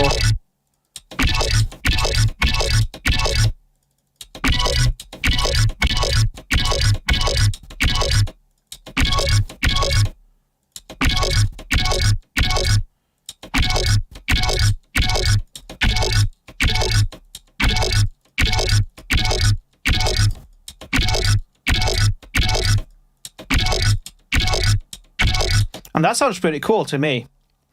And yeah, I mean, we can turn up the OTT time here. And then you can just pick different parts. That's pretty sick. And let's say we are actually working in the key of E. Just switch it. Right? And let's take another part of it. Let's take this part. Or maybe this.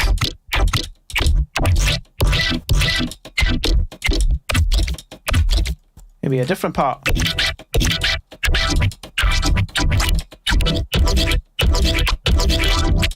But yeah, usually on very long sounds, it can sound good, sometimes it doesn't.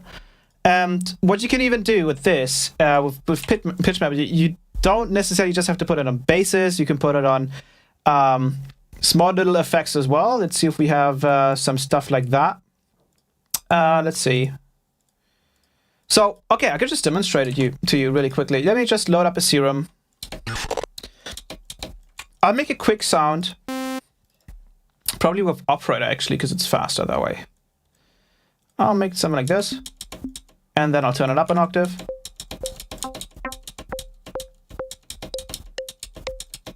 So let's have a sound like that. Let's have some reverb going on. And funnily enough, the thing about reverb is that what it does is I think reverb is technically just like a lot of delays, and then just positioned differently with a little bit of pitch variation, I believe, and chorus. And what we can do is we can ring mod this sound. So let's use a shifter and let's ring mod it.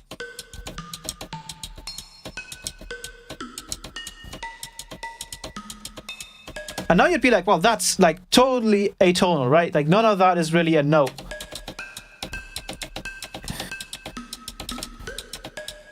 Some of them are notes. Let's add some more complexity to this, sound.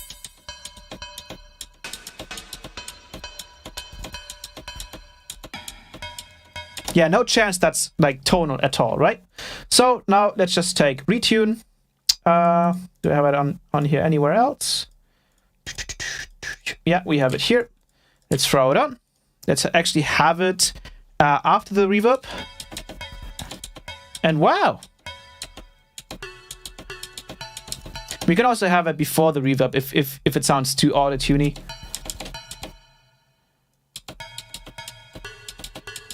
But this sound might be too short for retune to properly capture it. It's also usually the reverb. That's why I usually have it after. Sounds really nice when it's after. And you can actually turn up the smoothing in those longer decaying sounds. If you don't want it to sound like that T-pen effect.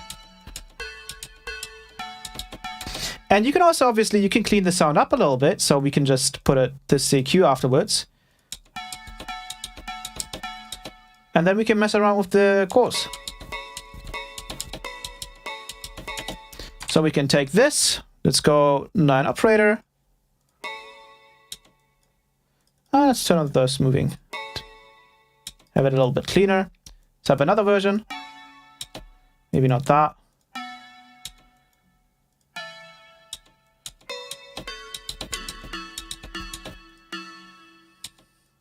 And now we have completely different timbres out of the same kind of atonal effect. Funnily enough, this even would work with Redux, so if we put some bit crushing on it.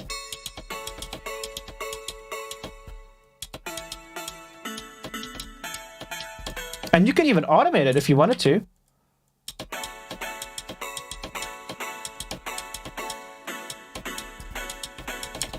You can automate this as well.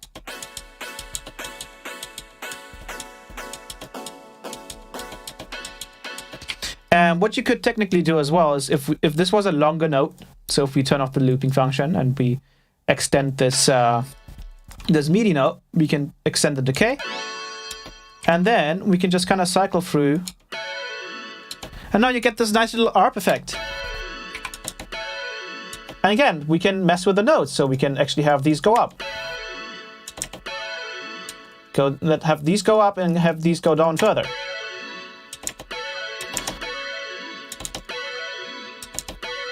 There's so many possibilities with this, and it's awesome.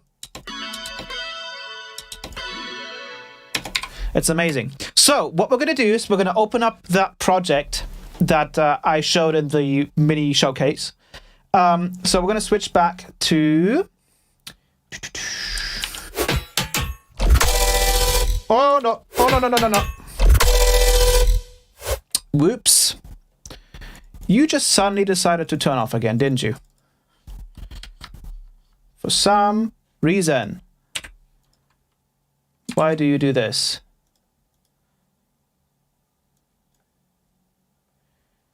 Just like to shut off after a while, don't you? Let me switch it to idle.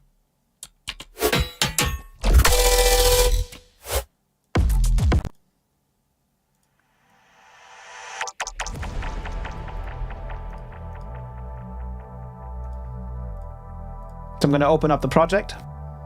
It's going to take a while.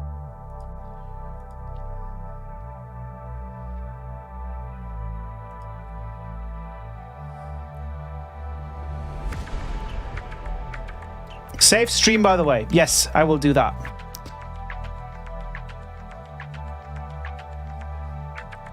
Can you trigger MIDI with RETUNE? Yes, you can.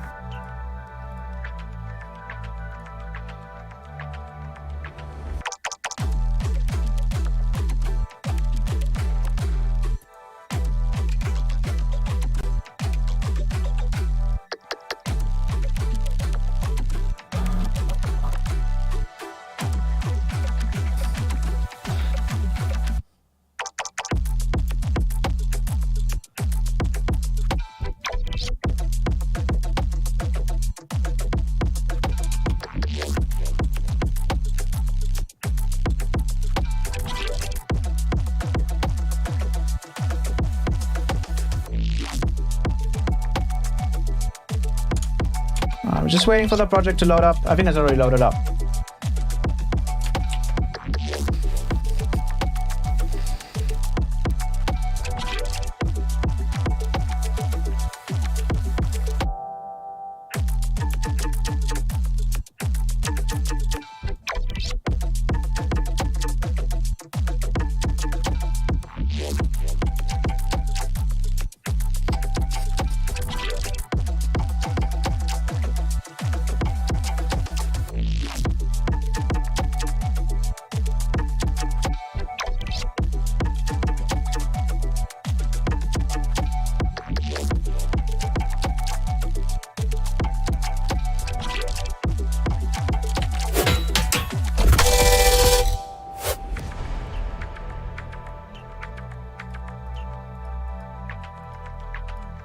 Okay.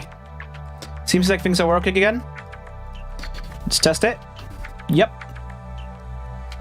Seems like everything is working.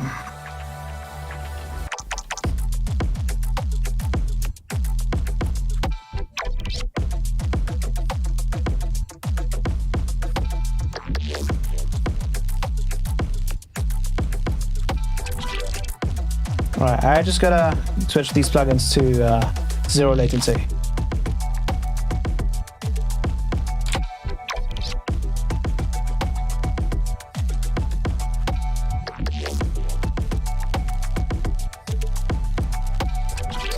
Are you guys liking the stream so far, by the way?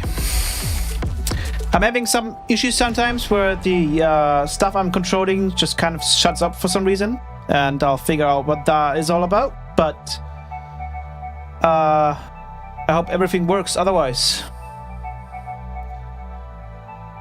We will also do another little headbang session at the end, of course. And please loop. Thank you. Alrighty, so everything seems to work now. Alrighty. I think we can switch back. Ooh, we have another... that was a subscriber, right. That was the subscriber animation that I also worked on, which should look really cool. So I'm gonna just switch it to orange because we just got a subscriber.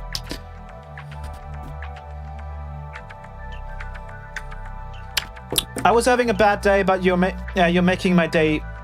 Thank you. I appreciate that. I was actually very...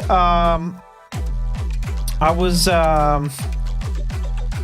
thinking about delaying the stream due to the ongoing situation in Ukraine. You know, things seem to be really bad, and it feels kind of weird to pretend like life is normal at the moment, which is obviously not. But I personally feel like it's absolutely necessary to inform yourself on what's going on, and to figure out ways if we can help in some kind of way. But at the same time, watching news all day long, which is what I did the past week. If I wasn't working, I was just watching the news. You know, that stuff gets under your skin, and I feel like we need to kind of just cool down at some point. Obviously, for the people in Ukraine, they can't. And my condolences, I think it's called. I hope that everyone makes it out there safe. I think we can all agree that what is happening there is absolutely horrible, right? It's ridiculous what we're going through right now, and there's no justification for what's happening in Ukraine at the moment.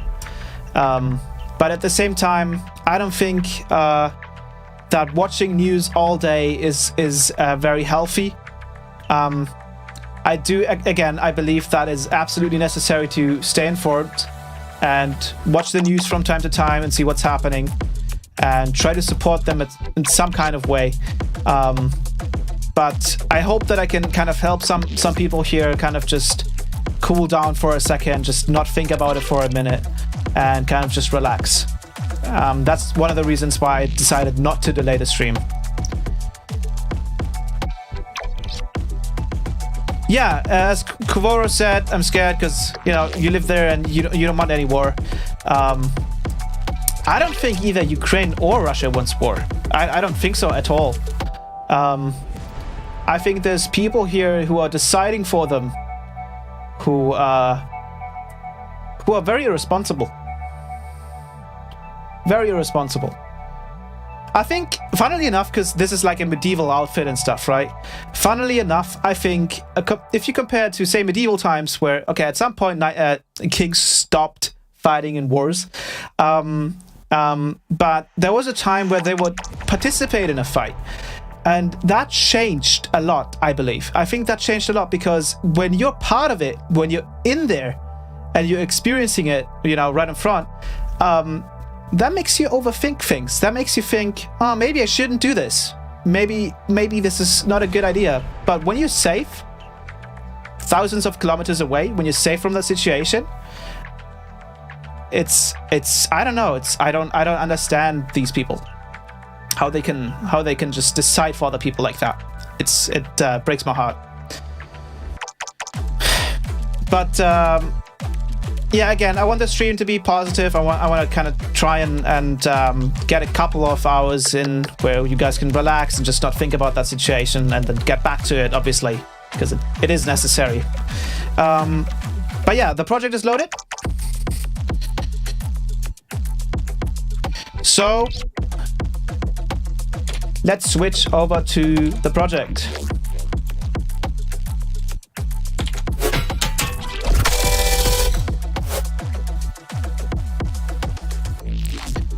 All right, let me just, whoops. I gotta turn off the music, of course. Alrighty, so this is one of the projects that I had shown. The name of the project is really weird. It's called Square Wave and PMW modulated through delays and flanger, holy moly. I was trying out some cool stuff. I figured out that if you use square waves with a pulse, the PWM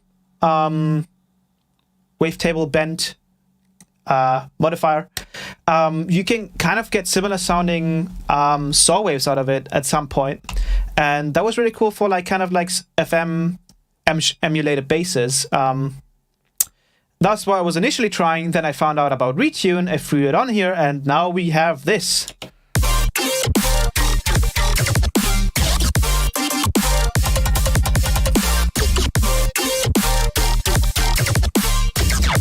Let me turn on the triplets from the bypass.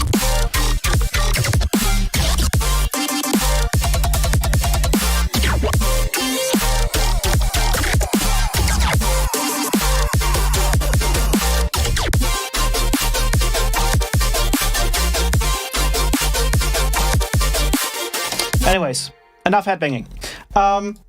So this track is very, very dependent on RETUNE. So let's go into it. I think we should start off with the intro break.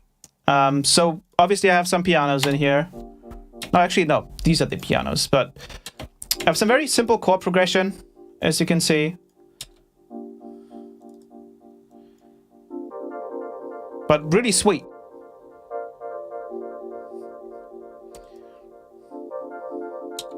And then we have this piano. And then I had just kind of like smashed my keyboard a little bit. And then I just played some random notes. Ran that through RETUNE, and it all just fixed it for me. And it's also running through Fracture XT, the grain section, which is really cool. And then we have this little loop here. And this is actually a little sample that I had from Splice, and I threw RETUNE on this as well, I believe, and I kind of just resampled it. And it sounds amazing.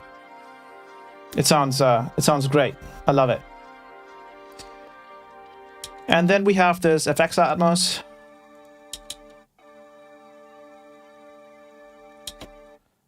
And then we have this. So what I did here is I recorded my voice, basically trying to kind of sing like a violin, and then I ran that through the tone transfer website from, I think it's Google, and that basically just gave me this. So I just sang like da da da da da, and then I ran that through tone transfer, and it gave me out this thing. Oh, it's the real virtual rot. Will you save this stream? Of course I will. This is a public stream. We might do another one on Sunday or on Wednesday next week, depending on when we do the exclusive stream. So let me, yeah, and then I think we have another higher version. And then again, RETUNE is on this, so I think without it, it sounds a little... Still sounds acceptable. But So with Retune, it just straightens it out. And what's really cool about Retune as well is you can even use this in vocals, because except for, like, say, a normal, like, compared to a normal autotune, you can get these really weird sounding notes where it'll also kind of do the in-between between two notes, and it'll sound horrible. But Retune is kind of just smoother than a normal autotune, because it acts on more different frequency regions, which is really cool.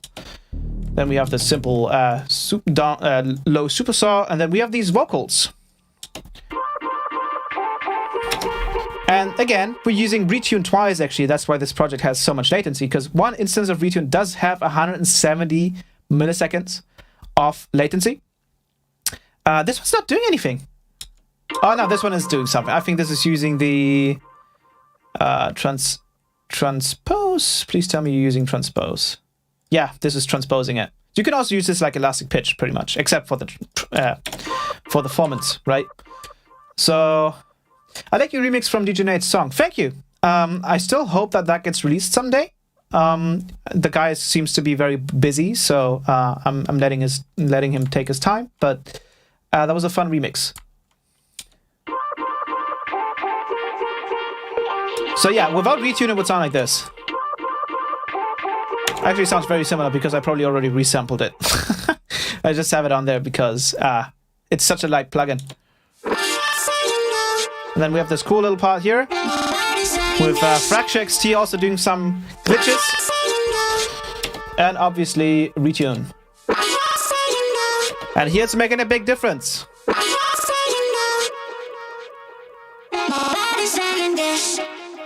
So I'm getting these little clicks here sometimes from Fracture. I think that that is a bug. I've already emailed them about this, and I hope they get it fixed. And what's really cool, so this is, I think, something I changed here as well. Maybe not on this one, but what you can actually do, and this is super killer, you can actually go into the automation and you have all of these map points. Those are basically the notes that you can change, and you can change them. So for example, number, let's do what, like 1, 2, 3, 4, 5, 6, 7, 8. Which one is, this one's very prevalent. So A sharp, we could go in here. So that's number 1, 2, 3, 4. And when we go to map point 4 and we move it around, we can actually do full sequences, which is awesome. So we could, for example, do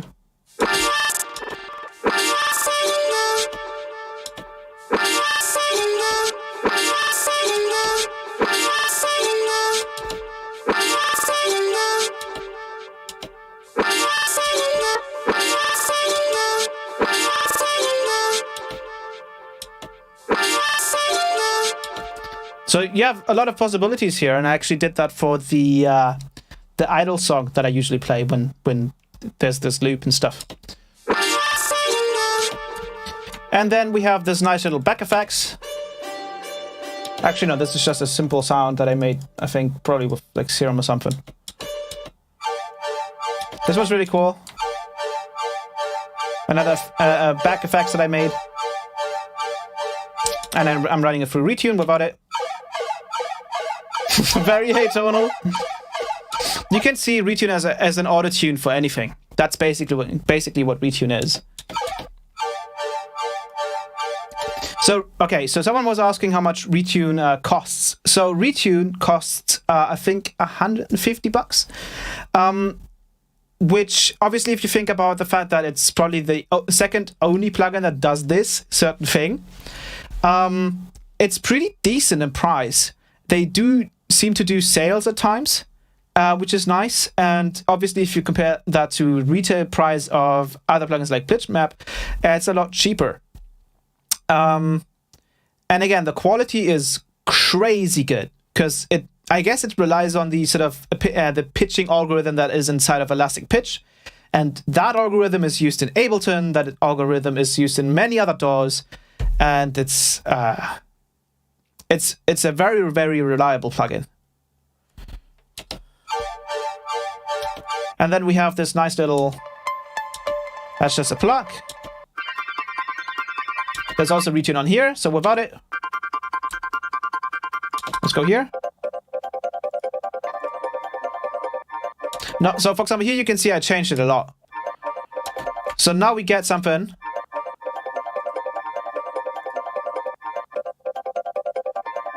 That is entirely different, right? It has a completely different character to it, which is nice. That is just the usual bass, saw bass, and then we have this sweet little sound.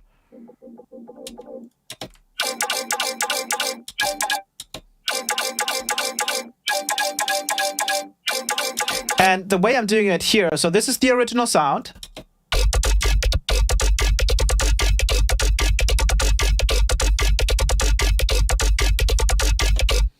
And this is the sound with some, I call it the D3 toner, so this is basically the same delay technique, but in one simple to use rack.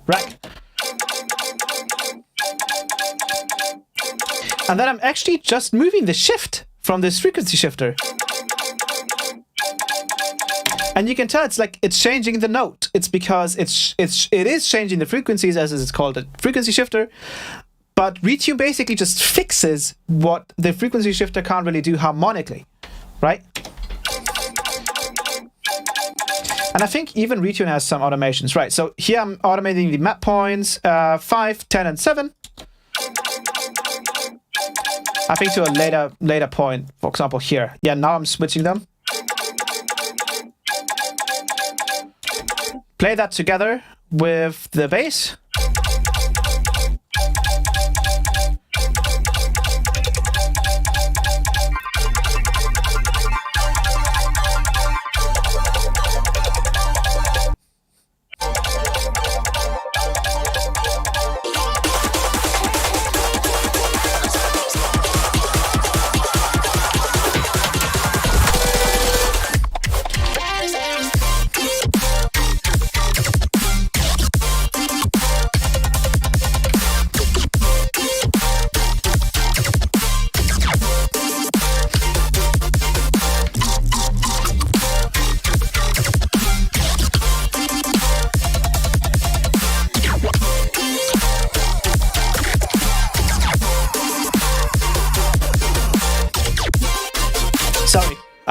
I just had to do that.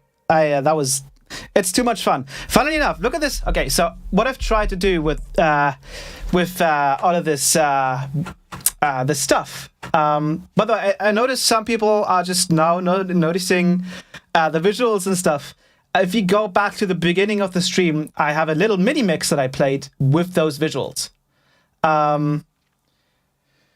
So let me basically get out of the party mode and just watch my helmet real quick. Okay, just watch it. Are you seeing that? That looks pretty cool, right? Let me turn it back up. Yeah. It's really satisfying to do this kind of stuff. All right, so let's go back to the project.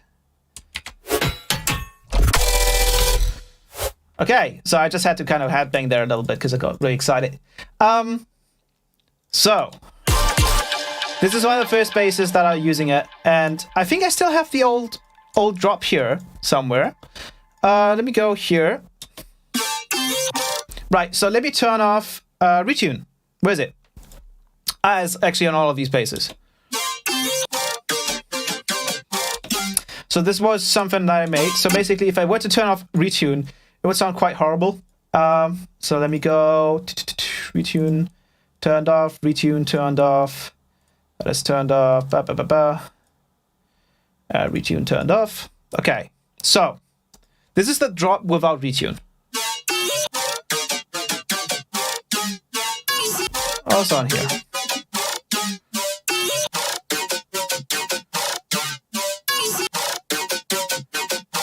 Actually a decent drop if you wanted to make a heavy drop.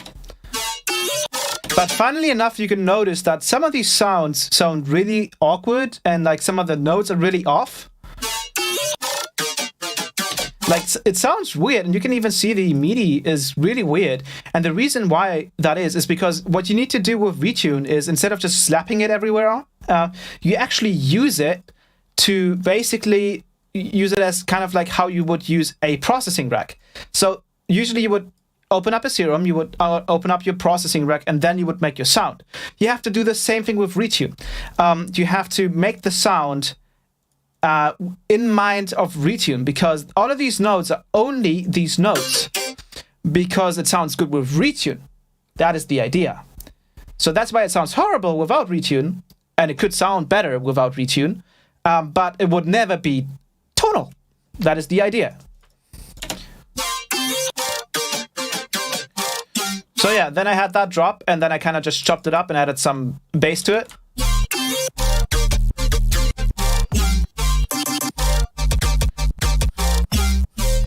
So I have this this little drop here as well. I can play it for you if you want me to. So let's switch back to since this is, I mean, this is still melodic, so I'll just keep it as it is. So let me go and let me play it.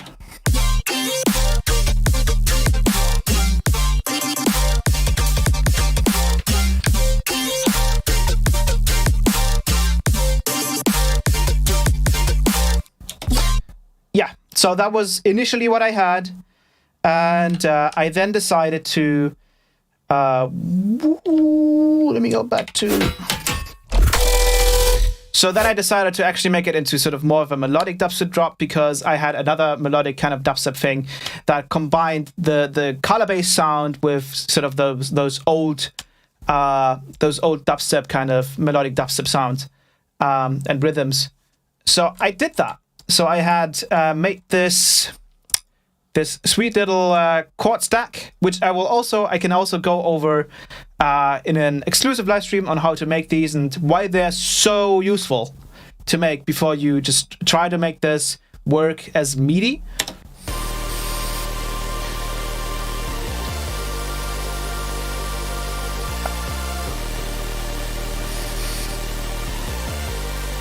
I think this part isn't actually part of it. Might be, but no, I don't think it is. So once you have sort of chord stacks like that, and you have that rendered out as a single file with everything in it, you can then use that. So for example, I use it here. And it's awesome because like with audio, you're so much more flexible. You can mess with things, and it's really dope. Then we have this sweet little sound here, and then we come to the drop, I believe. So actually, before we go to the drop, let's go to the back effects, because this is also very interesting.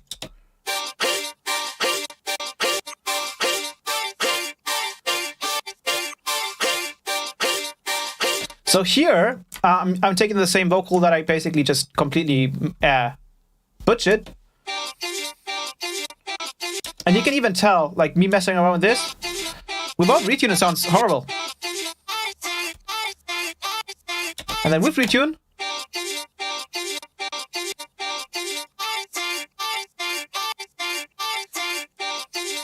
sub-processing would be cool. Yeah, we can absolutely do that. Today's my birthday. Glad to see you streaming. Oh, that's sweet. That's awesome. And then we have this. Also with RETUNE on it, of course. Then we have this back effects with RETUNE on it, without it. And the reason I'm doing this is because all of this helps make the drop feel more harmonic. That is the whole point. If you isolate these sounds, they might not sound as clean as the, say, atonal sound, but it all serves a greater purpose, which is making everything sound more harmonic, more pleasing to the ears. Then we have this back on the snare, and we have this other one that I actually didn't really end up using. And I don't think I didn't use it on my signature riser. So I didn't use it on that, but we could try, and we just copy the RETUNE and just throw it on. Just for good measure. Just see what it does. Okay.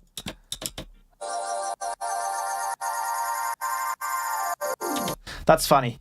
Also, one really important thing about latency. You can basically have one RETUNE in every channel, and your max latency is gonna be 170 milliseconds from that plugin. As soon as you stack them, You can even have them in separate chains, like parallel chains. But if once you stack them, so one is after another, then the latency gets worse. So Gangster, until you figure out RETUNE is $700. It's actually only 150. Or 170 if it's US dollars, right? Because I always have to pay everything in euros, and I get depressed because of that. But yeah, also another cool little trick is you can basically use these back effects that are just noise, kind of just pitching up and down, and then you can loop that and just pitch it, which makes really good rises. But let's get to the drop. So this is the first part.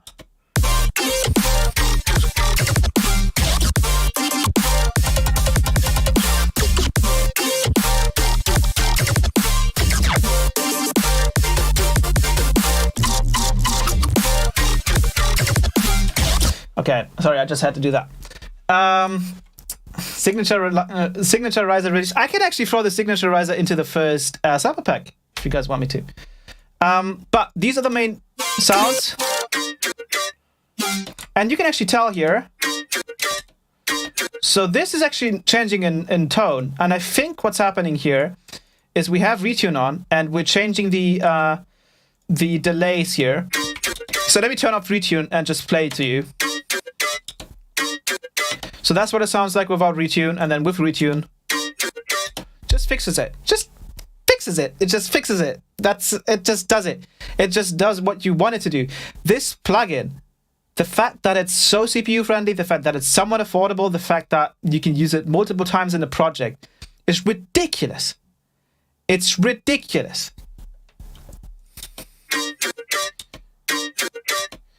And then, because now what it allows us to do is it allows us to use these bass sounds, these very atonal bass sounds that are basically created out of these processes that all kind of inherit an atonality. We can just rectify that. Did you say RETUNE is good on CPU? Yes, it has 2% CPU increase, at least for me. So it's very little, and usually you won't really have too many RETUNEs playing at the same time, so you should be good.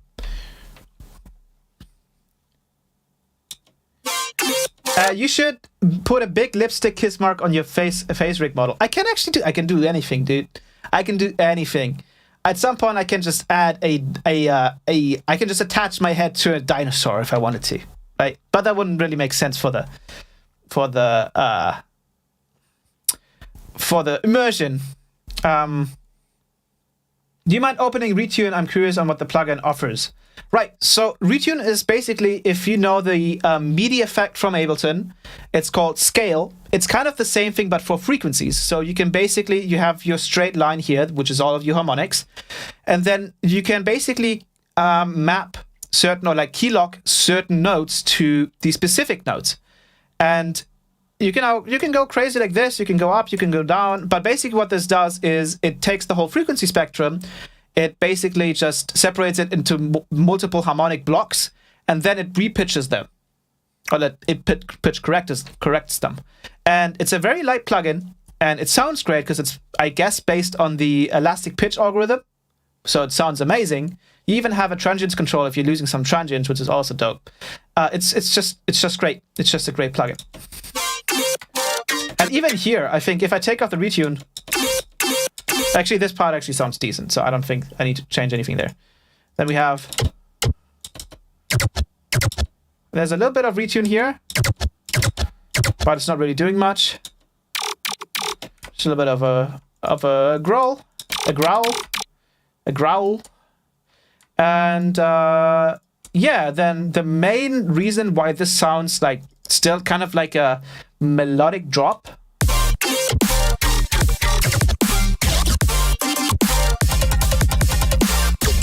is because of the layered chord stacks that I was talking about earlier.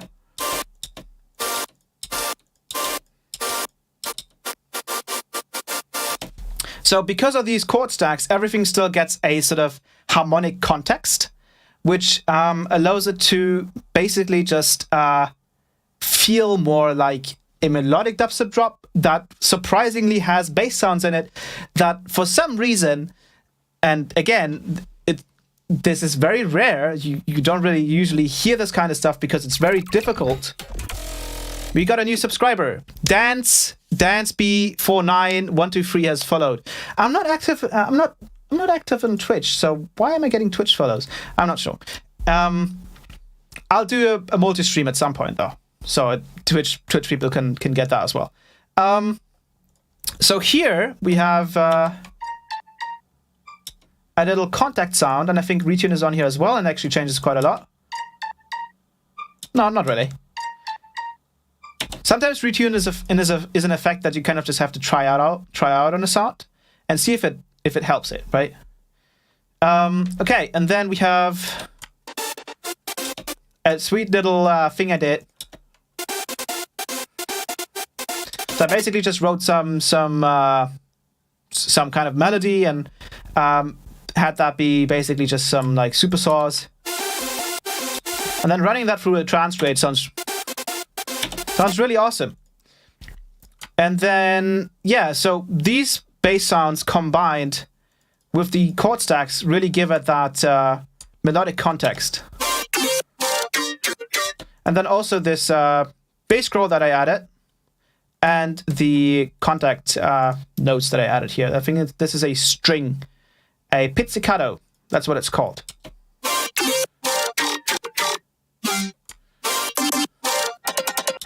And this sound is very interesting as well. So this is actually a very short sound. It sounds like this. And then the D3 toner has quite a lot of feedback on it. And that's why it sounds like this.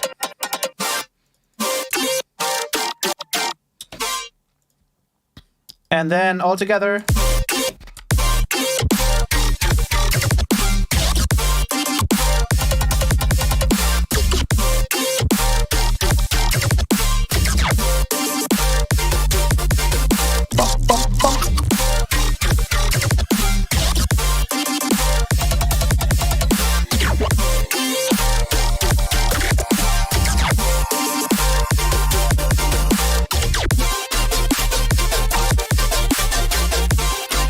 And then here I was trying to kind of fit the melody in here.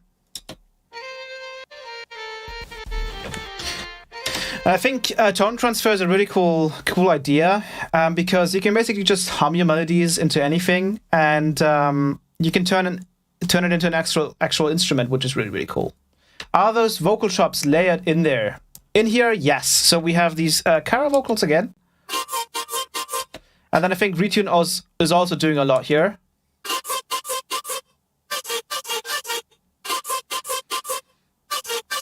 Let's turn it on. Also changing the map points. Just gives it more, more of a melodic context.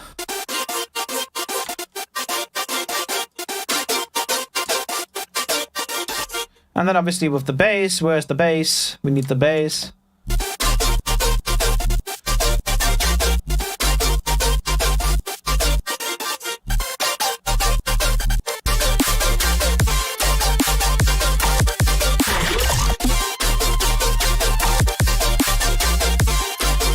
This part isn't finished though, by the way. And then we get to this breakdown part. And then we get to this really cool part.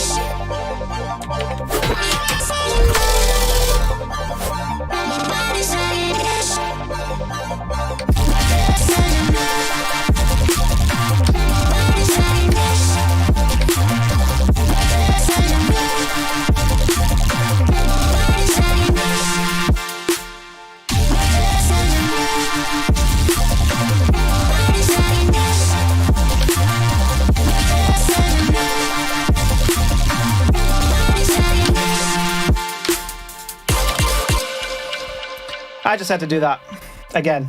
Like, it's so cool to have this system in place because, like, I can just fucking, like, try this out immediately because it's actually the way it works is also working through Ableton. So I need Ableton for this stuff to work. Yo, what is going on? This is so sick. Oh, so again, to the people here that aren't realizing what's going on, watch the beginning of the stream and you'll find out. Okay? Also, to all the people who are here, I've started a Patreon. The link is in the description. Do note, though, that what's it called? The charging is directly on the day where you sub to the Patreon. So if you want to wait until the 1st of March to maybe get into either the night tier or the elite tier for the exclusive streams and the Blender streams, you can wait until there. Or if you want to support me, you can already get it now. It's your choice. Change your overlay from top chat to live chat. Oh, I can do that? What is top chat? Let me check that out real quickly. Thank you for noticing. Overlay. Where's overlay?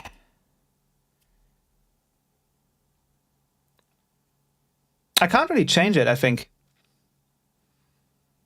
I don't think it lets me change it.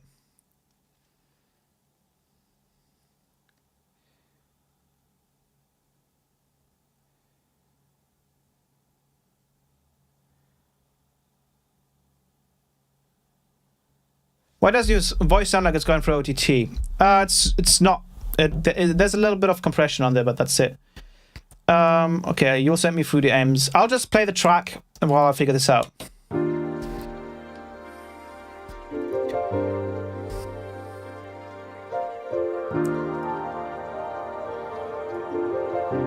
All right, you can write me. Oh yeah, I'm trying to click on that, but I can't change it.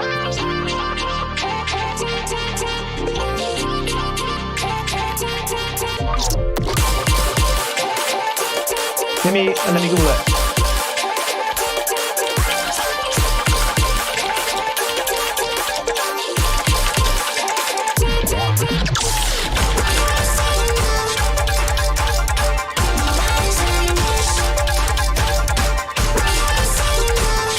I need to go to the dashboard.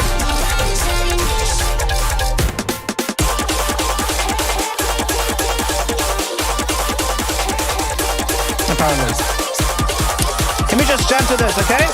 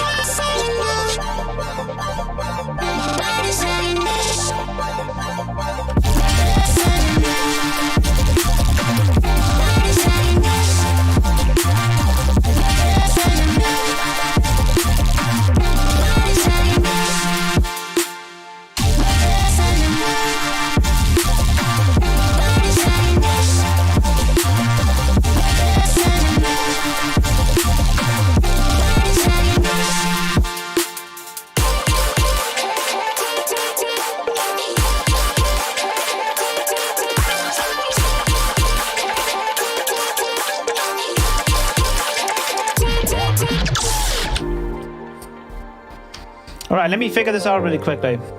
Because apparently I'm only seeing top chat. Oh wait, I might have fixed it. Wait, live chat. Okay, I only fixed it here. Why is the overlay so scuffed? It's called Game Overlay.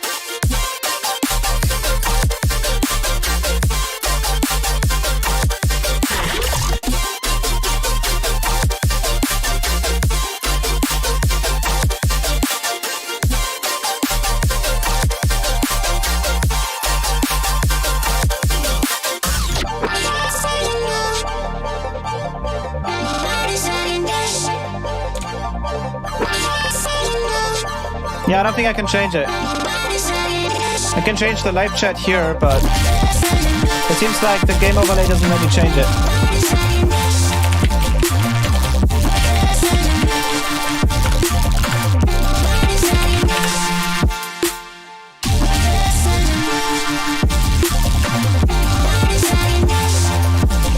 I mean, the top chat seems to be the same as the live chat for me. Unless it's not. No, it is. Oh wait, I can change it to all live chat, but it's... Let me see. That's weird. Why is there like a top chat and a live chat? Is this an idea? Yes, this is an ID. We can also do a faceplant session.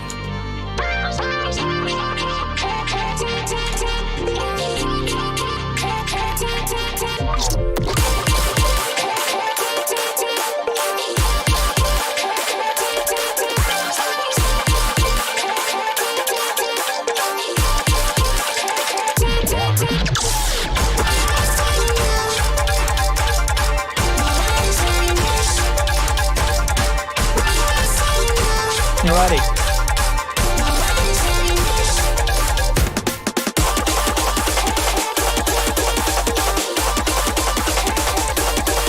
Let's go one more time. Let's make this one crazy.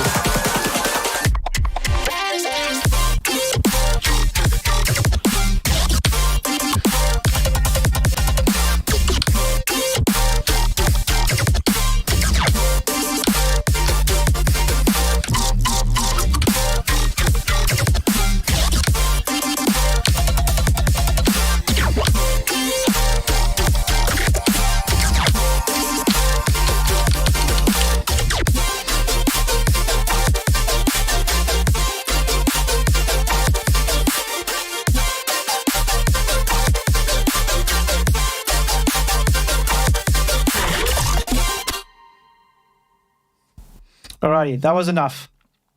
So it was brought to my attention that apparently the chat overlay I have is only on top chat, which is weird.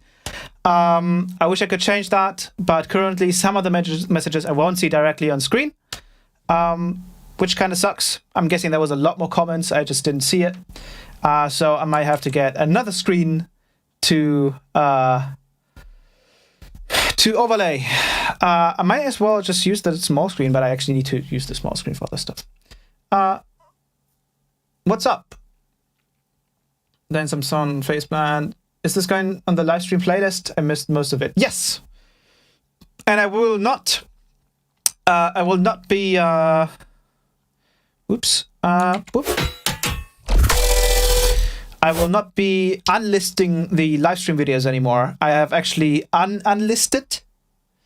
I have unlisted the previous live streams because what I noticed is the main issue with unlisting videos to clean up your video space on YouTube is the fact that all of those videos get no recommendation because they're unlisted. They don't count as views for your channel. You don't get monetization from those videos. And those videos can't grow. And the thing is, like, my channel started to grow because of those videos. So unlisting them basically just killed off the reach. And that's why none of these streams are going to be unlisted. People can see them, and we can actually grow. That's the idea. Like, people say, oh, just make a playlist, unlist your videos, put them in there, and people will basically just find them. Well, they won't, because everyone has the attention span of a goldfish. And they would rather have the stuff recommended, which I can understand, because usually people watch these kind of things just on their free time when they want to have something in the background, and that's the time where people find these kind of things. So I would highly recommend not putting your videos on unlisted, because it just basically just kills the reach entirely. But yeah, so anyways, this little breakdown section is cool as well. So I have these little drums here, which I made entirely in Serum. This kick with another cool little plugin that I found over the past year, which is called V-Clip. This is basically pretty much the let's call it the god of clippers. This plugin is insane because you have basically complete control over the softness of your clipper. You can input clip it, you have a ceiling, so you have a threshold, you have an output, but you can also switch it to the scope. And then you can kind of see the wave shape. And if you go to the visualizer, you can see how much you're clipping, which is awesome. And then another thing you have is you have other shapes. So if we switch this to the other scope and we go to sign, we basically have kind of set shapes. And you can actually do complex shapes, and you can do a half tangent. Sounds much more different. You can also not clip the opposite. Do some DC filtering. You can do a fold back, which can sound really nice if you turn on the input. And you can do overdrive, and this one sounds really, really cool. It's just really fat. But it does mess up your polarity a bit. So you can also do a custom one, which is awesome. So you can do your own custom sort of soft clipping algorithms. And we can do a DC filter. We can do a DC offset if we wanted to. We can do some really weird stuff with this, and it's all very, very, very nice to work with. And it sounds great. And you even have an oversample of like up to 256. But I don't really use oversampling, but it can be useful, of course. But let's switch it back to variable softney, because this is the best way. I actually use this for mastering, funnily enough. I have a mixture of limiting and mastering. I mean, limiting and soft clipping. So basically what happens is I can use a certain amount of limiting before it goes into the soft clipper, so that when the soft clipper, when the limited signal hits the soft clipper, it is soft clipping less, since the limiter is already doing a fair bit of gain reduction. Therefore, if we have very filtered parts where there's very little high end, usually would start to hear a distortion very, very fast from any kind of like clipping. But if you have a limiter basically doing most of the dynamic reduction there already, but not all of it, you can always squeeze a little bit with the soft clipper, which is really great. But also just for drum making. Clippers are amazing. And then we have this little snare, which is just a serum and a little transient, also running through the soft clipper, and you can kind of just view it here. And there's another cool little plugin that I found recently. And this one is actually I would say this is the best real-time oscilloscope that you can get. Because it's pretty much the same as like the Ableton waveform, kind of. So this is called SizeScope Pro. And when you load this bad boy up, it basically, you have to turn the sound a little bit. It'll basically just display you whatever you want. So now we have it here, and we have other sections which are not currently playing, so you can actually view other sections as well. And this just shows you perfectly what's going on in your waveforms and in your signals. And we can change the bar, so we can do 2 bits, so it's in the beginning. We can do much more, so like 2 bars, and then we get the other snare here. It even has like details on here, so if we zoom in, we go up here, we can see how loud is this section right here. It's 0 decibels. How loud is this? This is minus 33.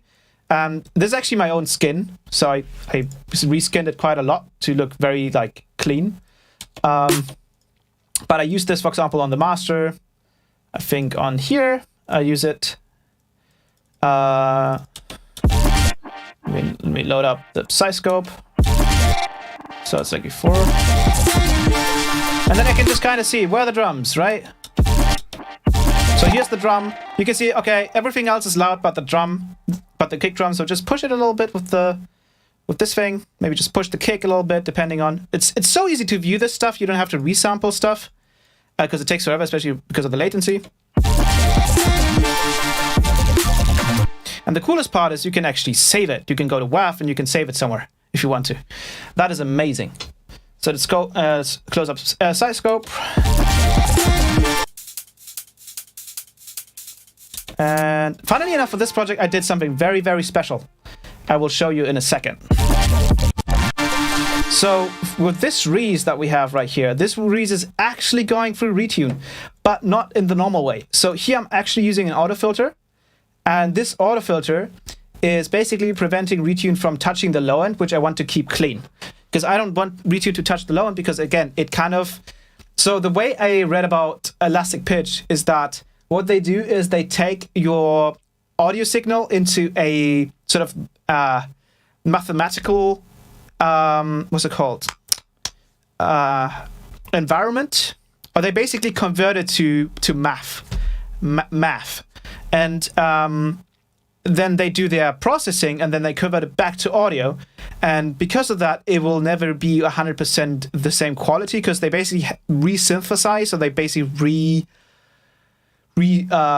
reconstruct the sound, the input signal. They reconstruct the input signal, which means that on sounds that are supposed to be very clean on the low end, it can kind of like muddy it up a little bit. And that's why I wanted this Reese to be clean on the low end. But on those top notes, I wanted it to be harmonic. So what I did is, if I take this off, Retune is only working on those really high screechy sounds.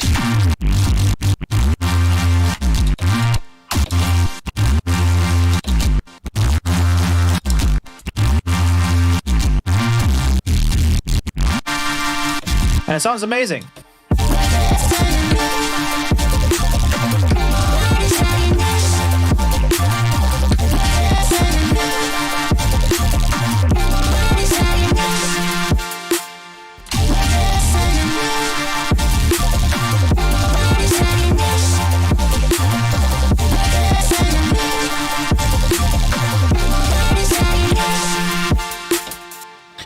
So yeah, that is that's the project, and I'm going to show you guys one more technique that I learned just recently because I was figuring out what to do with mastering.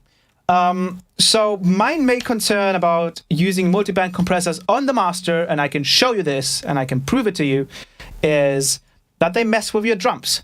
So if we take this Ozone Dynamics and we put it on the master, right? Because Ozone Dynamics sounds nice. I mean, it kind of just cleans everything. I mean, it doesn't clean things up, but it kind of glues things together. It sounds really good. But, oh, let me check the chat. Everything's fine, right? Sharks and NASCAR when? That is up to Sharks.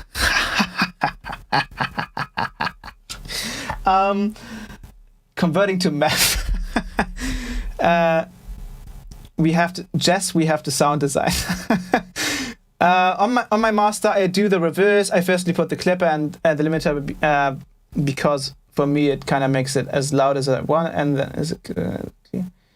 Yeah, I mean you can do that as well. Like if you're already clipping, you can kind of clip the very top stuff, and then kind of just compress the rest. I guess with him up as soon as I'm not busy. Of course, it's all good.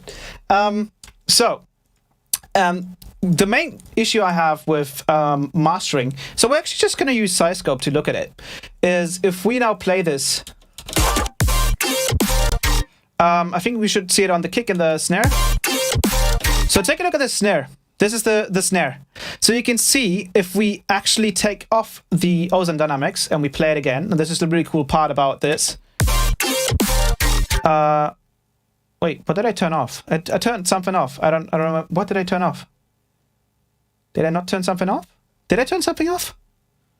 I turned something off. What did I turn off? I don't remember. Okay, let me turn it off again. So if we turn this off, this is a really cool part because it basically keeps the waveform until it updates, which is amazing for comparisons. So that's our snare. Nice and punchy and thick, and it just cuts through the mix. Turn on the Ozone Dynamics. What the hell did they do to my boy, right? What the hell did they do to my boy? If you know the reference. So my idea was, well, if it messes with the drums so much, especially with the kick drum, let me find the kick drum. Let me play without it. So the kick drum is less affected by it, but especially the snare is affected. It's just basically loses all of its volume here. So what can we do to fix this, right? So what you can just do is you can just basically have this whole group be your pre-master. So everything but the kick and the snare go into the pre-master. So literally everything. So I just put the Ozone Dynamics on this group. And it does take some weird routing. So basically what you have to do is you have to use your actual master now as your master. and then you have everything that concerns the mixdown in the pre-master. So as you can see, if I go to drums and I solo this, the kick and the snare actually don't play when I solo the drums. I would have to also solo the drums. And now those are also playing because these directly go to the master. So they basically skip everything that is on the drums, because I usually don't have anything on the drums group anyways, because that would be weird to do. So everything goes into the pre-master that is not drums and then gets processed by the dynamics. And then that goes straight into the master and then sums with the kick and the snare. And then when we play it, like that. Now we have super clean drums that cut through the mix. They don't really affect anything anyways because there's sidechain, right?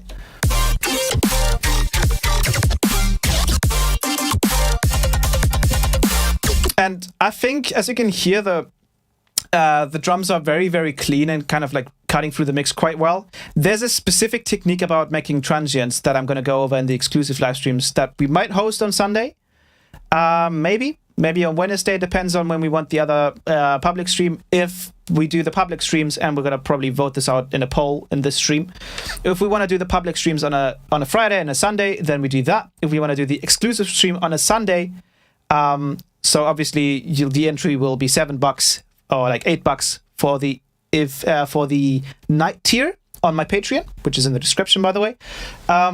There you get access to the exclusive live streams, so those are super in-depth, and you get access to the Blender live streams. We could do those on Sunday, so we can take our time, we can you know, discuss things, we can answer questions, people have time, people can be there because it's a Sunday. If we do it on a Wednesday, I mean, then people might be working, people might have to go to school, maybe they don't have the time because it's a working day. So it depends. We'll do a poll about it.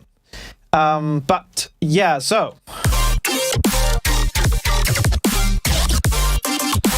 specifically drums, we will talk about how to make these kinds of transients. So transients are a big part about drums, like probably the biggest part.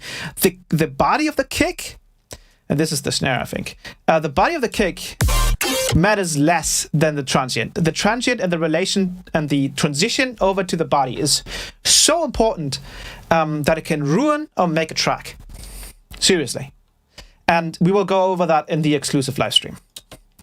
And I will actually be providing a bunch of really good transients for the pack. So basically the first sample pack I'm going to make is going to be focused on making your own drums super quickly by using these high quality pre-made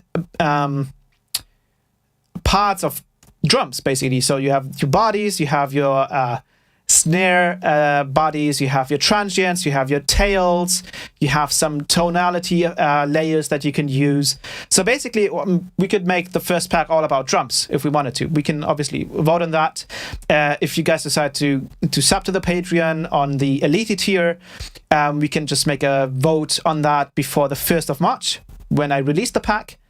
Again, for other people who don't know, I launched a Patreon. You can watch the beginning of the video and see why and what my motivations are. Yeah, we can just kind of vote on what we want to do here. Hello, Cold Breaks. I used the Ozone 9 one. That's good. That's a good point, though. I don't know why I didn't think of separating my drums getting ruined by Ozone Dynamics. I used the Ozone 9 one. Yeah, exactly. I mean, again, like Ozone Dynamics is great for everything else, just not for drums. We are back to 69 viewers. Oh, that's sweet. Nice. All right. So Cold Breaks, just a little showdown for you. What's going on? Okay. Let me see that everything is working. Yep, let me just play you this drop and let me know what you think of this. Alrighty? Let's play this over here.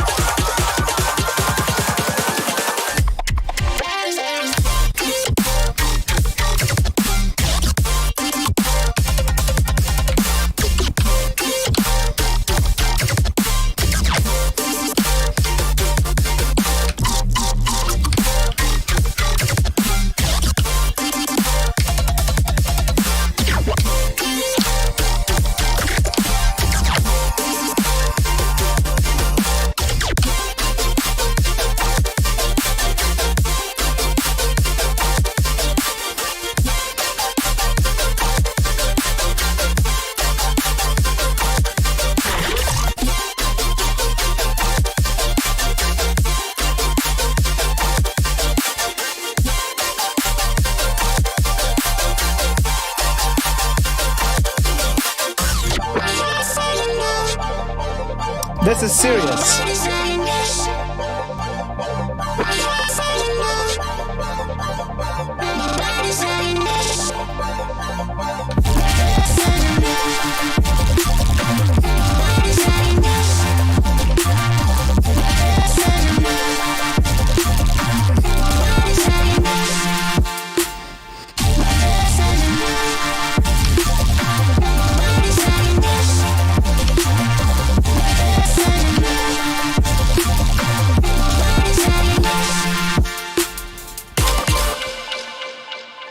So there we go. That is the suite, what I call this the party mode. I love how you combined all the bases. I can't explain how good that is. Thank you very much. I appreciate that. I remember when a vocoder was good enough to make color based. Now we actually got to put in effort. Actually, you got to put in less effort because of retune. It's like it does it for you. Just put on a bunch of delays, get those inharmonic tonalities in your sound, and just let retune do the job. Right? That's kind of the meta now. So, I mean, I guess it's going to be the meta. Honestly, like I don't mind it. I feel like pitch map was a little quirky since it was taking so much CPU and stuff, and you know, throwing that stuff directly on your whole bass group is kind of, you know, gimmicky. I mean, it worked in some other cases, but incorporating it like this, since we can actually use it due to the CPU usage and the workflow, is a whole other level. Like, this opens up a whole new world for color bass, and I so want to be part of it, especially with these tracks. And funnily enough, while we're at it, I'm going to open up the second tune where I used retune, not pitch map, retune. So let me go ahead and let me switch to the idle screen.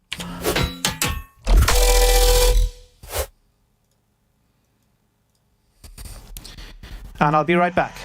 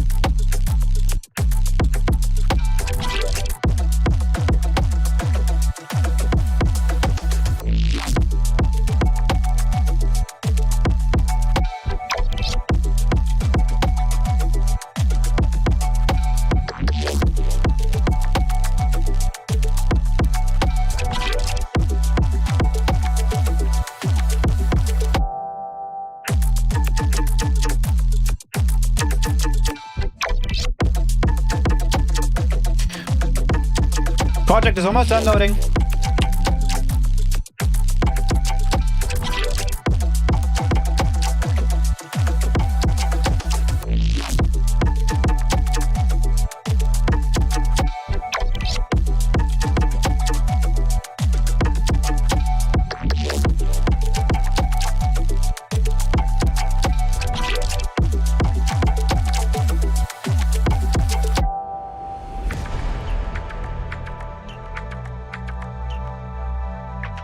Okie dokie.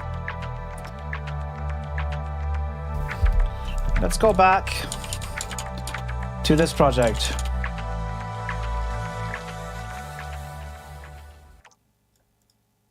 Cool. Let's switch it. Oh, actually, before I do that, just I gotta fix up it real quick.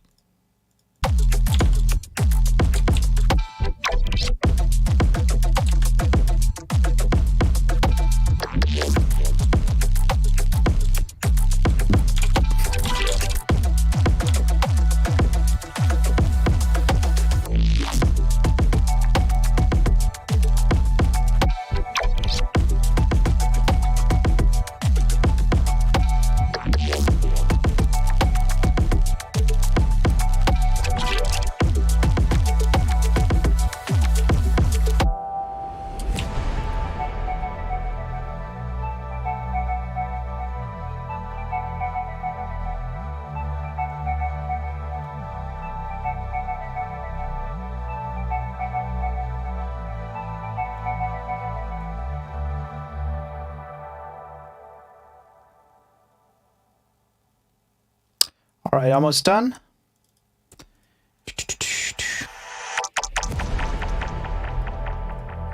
Coolio. I think everything should be working now. Let me check. Okie dokie. So let's switch it.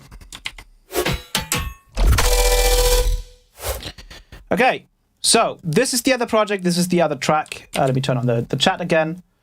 By the way, just a reminder, Patreon is in the description for the people who haven't seen it yet. I think the viewer base here keeps changing constantly. Like people go out, go back in, and they don't know what's going on.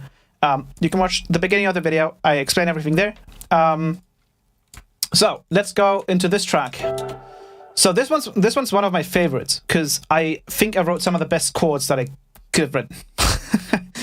Something about this intro is just lovely.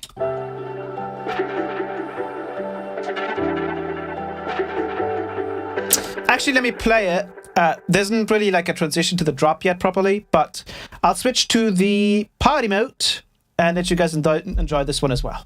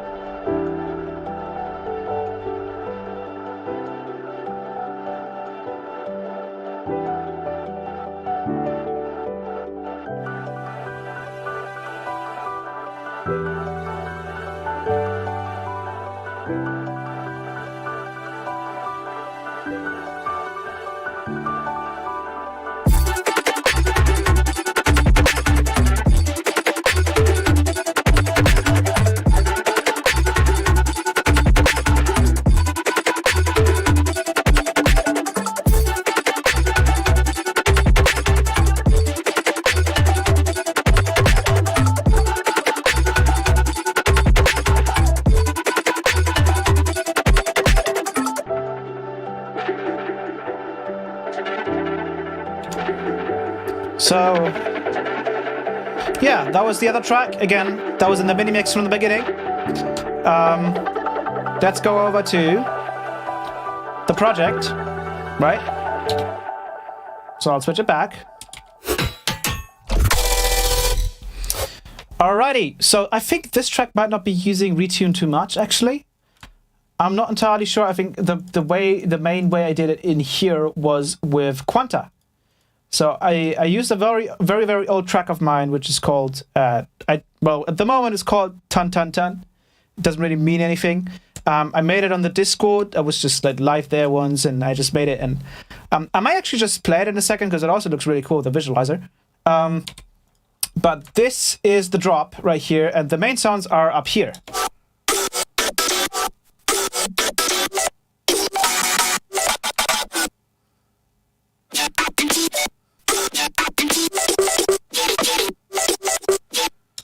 And then we have some fillers. And some more fillers. Actually, you can really hear there's a lot of transients going on because of this VC160 compressor that I started using. This thing is really cool because it has a very much a character to it. It is, you can kind of emulate it with KHS compressor, but it definitely has a sound to it, and I love it. And it's so good for drums. This plugin is so good for drums. All of the other two plugins not so great, but this one is great. I love using it. And then again, I'm doing the same thing here. My voice is starting to lose its power, by the way. I have this chord stack.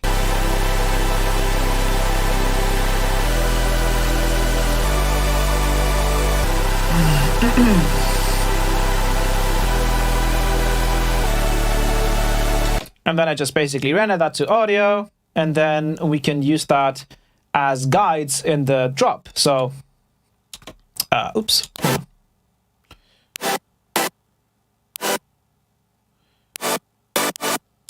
And then when you put that together with the other stuff,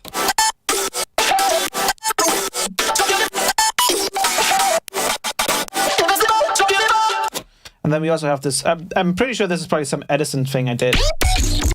Yeah, that is very likely some Edison. I don't actually remember that sound sounding like that, but...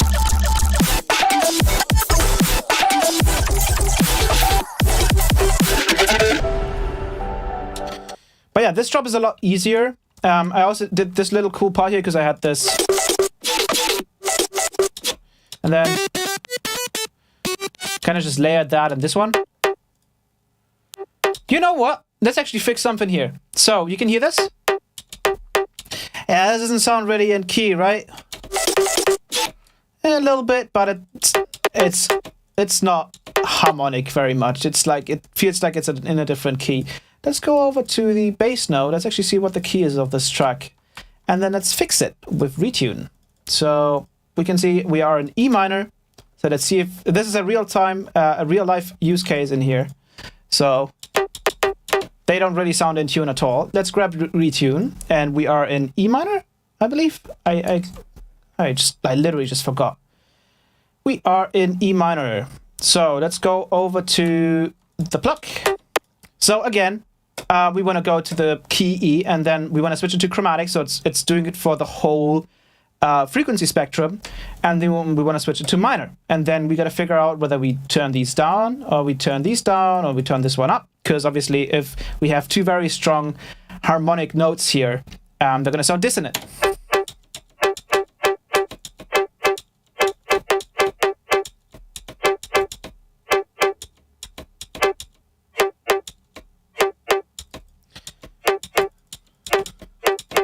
I think this one needs to go down.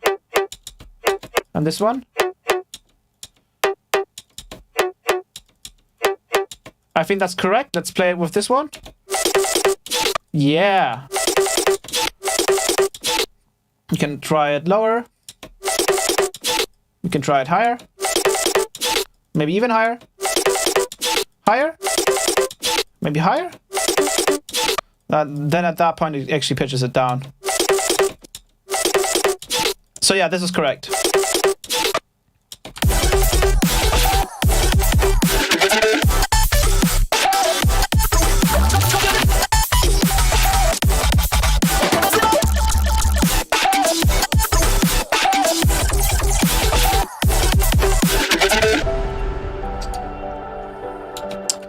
So yeah, most of these sounds are again out of Quanta, and I actually muted it here, but again, I think I'm using tun tun tun, yeah, and then I'm just cycling through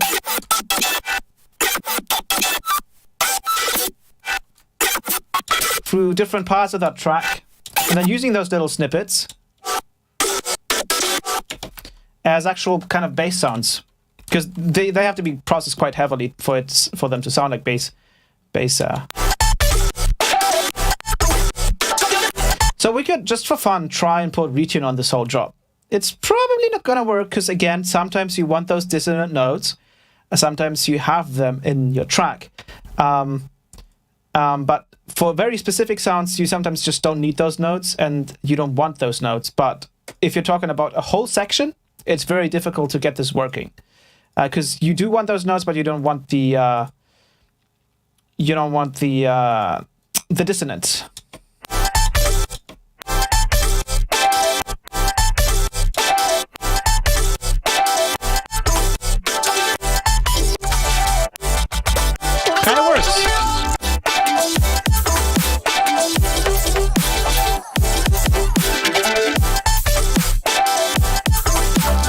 Obviously now it sounds very vocoderish because it's just layered on top of everything, which is not the correct way to do it. For example, the sub should be clean. Because even though, you know, it's a sine wave that's being distorted and there should be some inharmonic, upper harmonics, it is still very much a note, so that this wouldn't need retune, for example.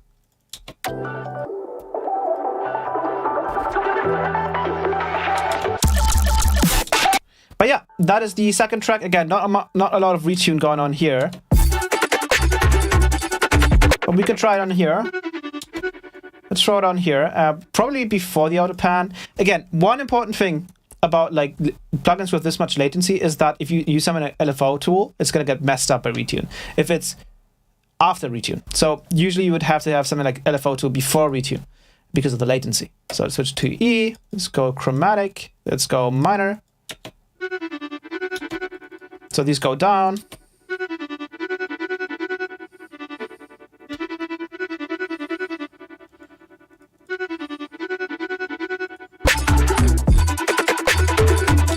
This sounds awesome. Without it? With it? That's great.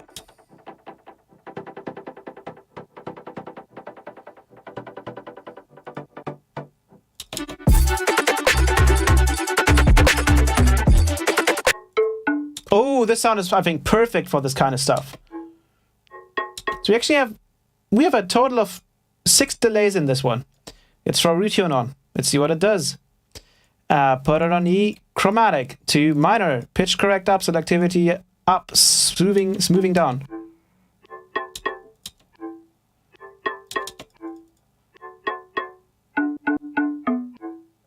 And this one needs to change.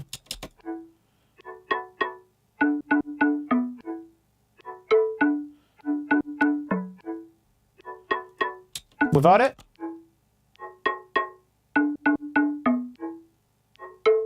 With it? Let's turn up the tranches a little bit.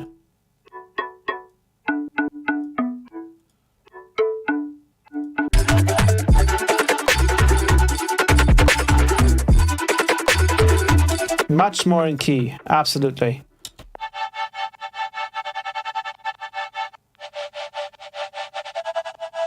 With some of these sounds that sound very detuned, you don't really need it on it. This one doesn't need it either. And then here we need to turn this back on because I forgot that.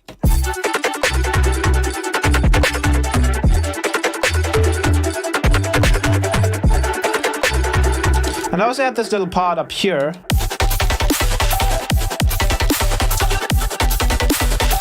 But that part isn't really done yet. We could probably try some retune on here because it sounds very much like it needs it, you know? So let's throw it on here. I should probably just copy it, but let's try this out. Bam, bam.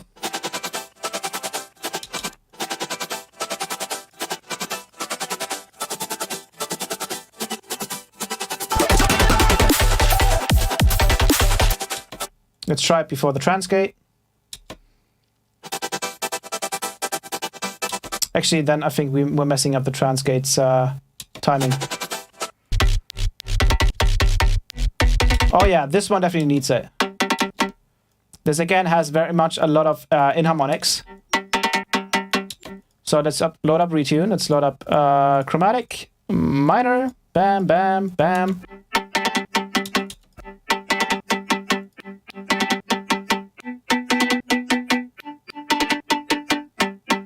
Now you can definitely tell a little bit of what is referred to as smear.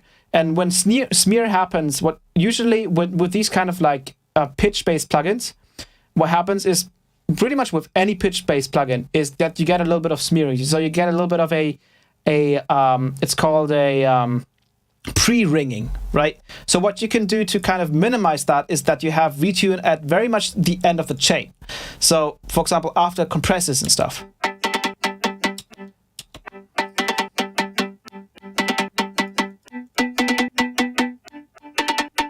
That generally speaking helps quite a lot because when we have it before, OTT is going to bring out the pre-ring. And then, but if we have it afterwards, There's no way for that to happen.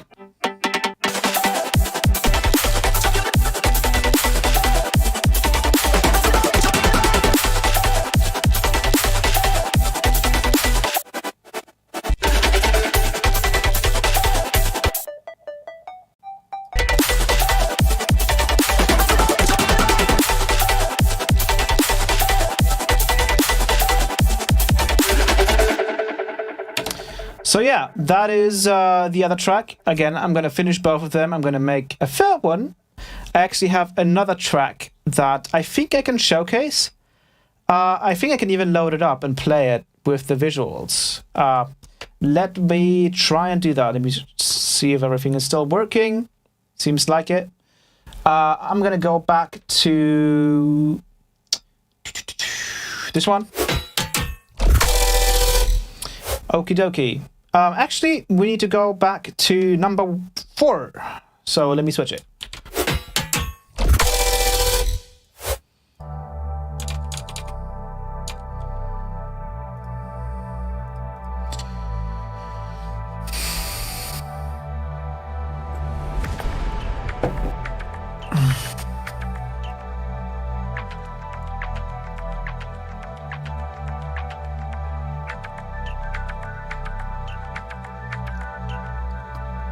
Bum ba-dum bum bum.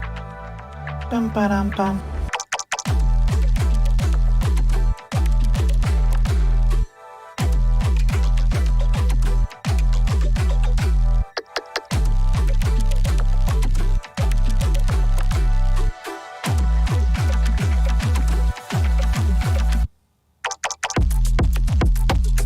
Project farts? Oh god, now I need to find out which one it is.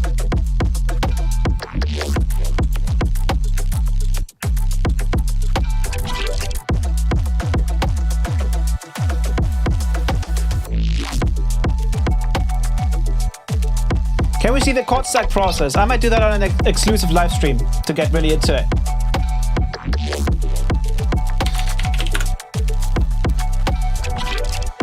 So let me figure out which track it was.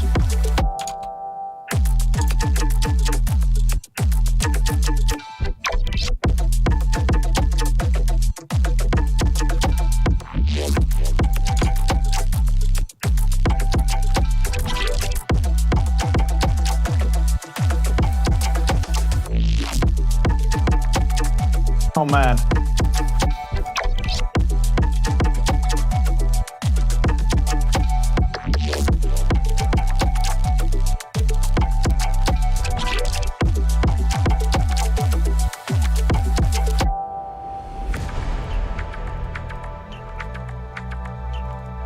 Where are the tracks? Let me figure this out.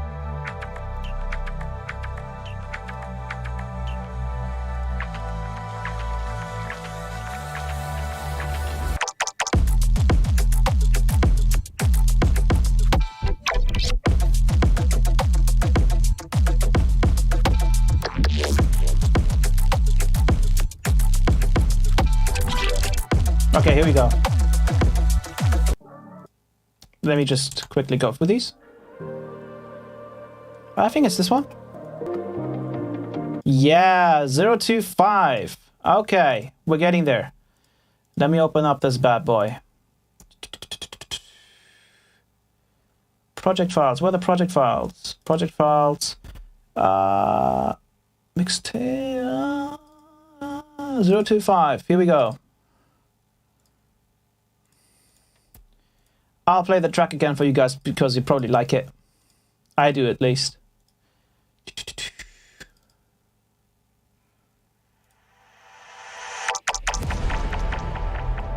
Righty, you guys got any questions?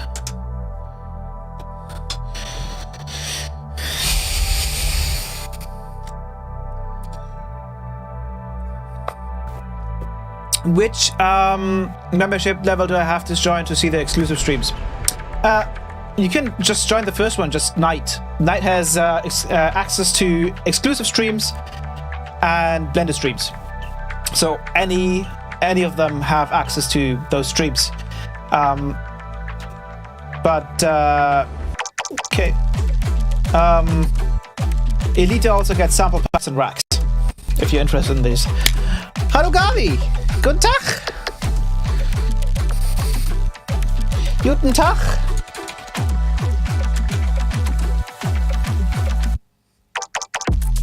Ja, I'll show the track that I ran through Quanta soon. Du kannst zum Anfang hingehen, dann kannst du dir anschauen. Ich habe da ein bisschen gewiped und die Visuals gezeigt.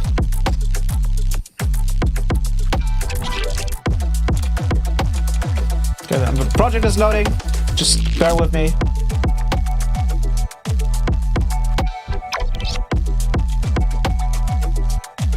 How can you make vocals sound distorted but still clean? Usually like low pass them afterwards. Aye, super. Okay, project is almost done. Project is done loading. Alright, let's switch in a second.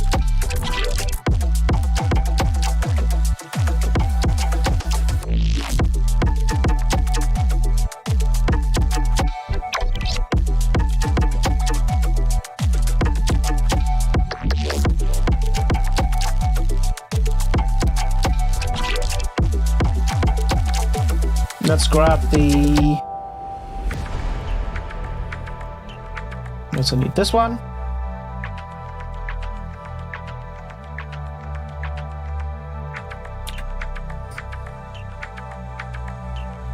Alrighty, I think everything works. Let me check it. Yes.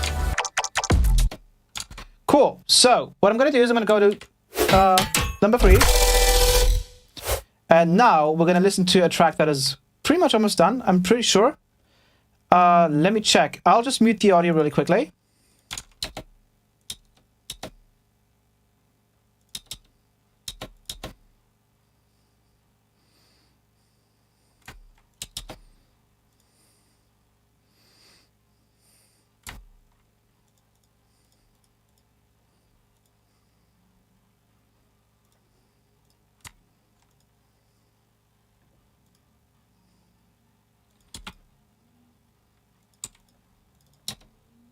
Whoa, what was that? Has followed. Flutter music has followed. Welcome.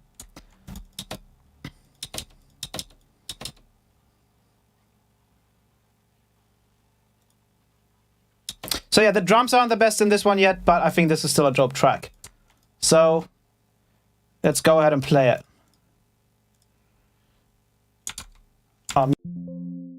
I will mute myself.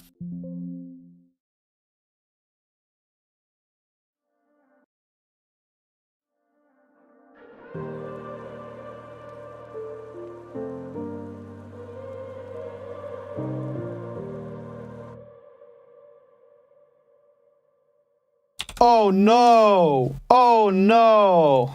Are you telling me? Oh no! That was such a... Oh no, that was such a wrong note. Holy, let me just fix this really quickly. Oh god. Was Melder... I'm out of pitch, please. Holy shit. Okay. You guys never heard that. Minor G.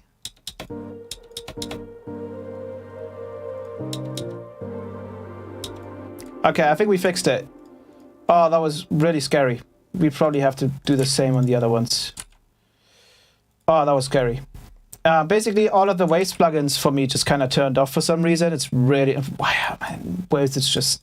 They need to get the plugins right. Okay, I think I fixed everything. Let me check. Awesome. All right, let's do this again. I'm sorry. That was horrible.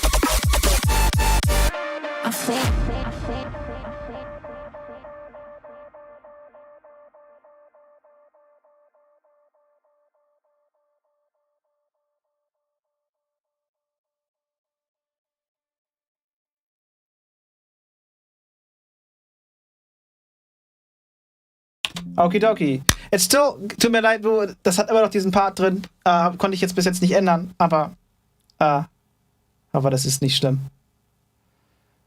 Okay, so that was the other track. And now let's go over to the Tuntun track. And I think that one I can just easily load up. So I'll just switch back to the idle screen really quickly.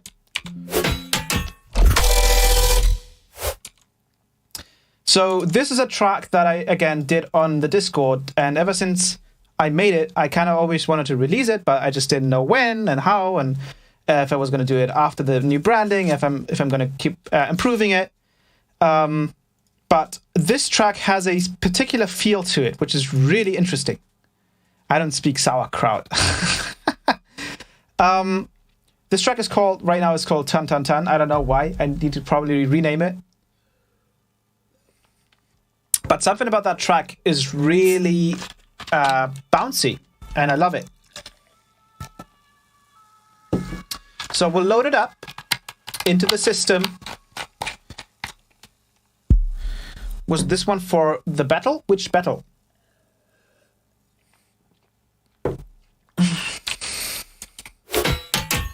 Oops, that's not what I wanted to do. Nope. Thank you. Accidentally pressed that. I don't know how.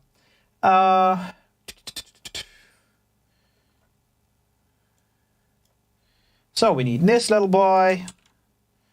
We need this little boy right here. Where are you at? And this guy. Alrighty. So this track is called Ton Ton Ton, and let me grab it. I'm in the right mode, right? Yes, I'm in the right mode. Where is it? Here we go. Are you guys ready? Let's go.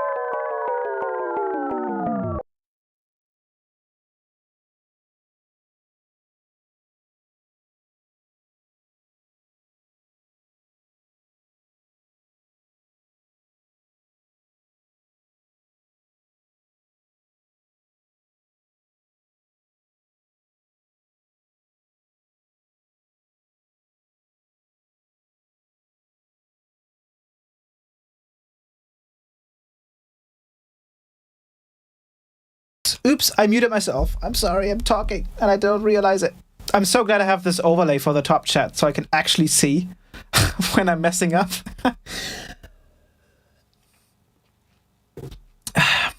But yeah.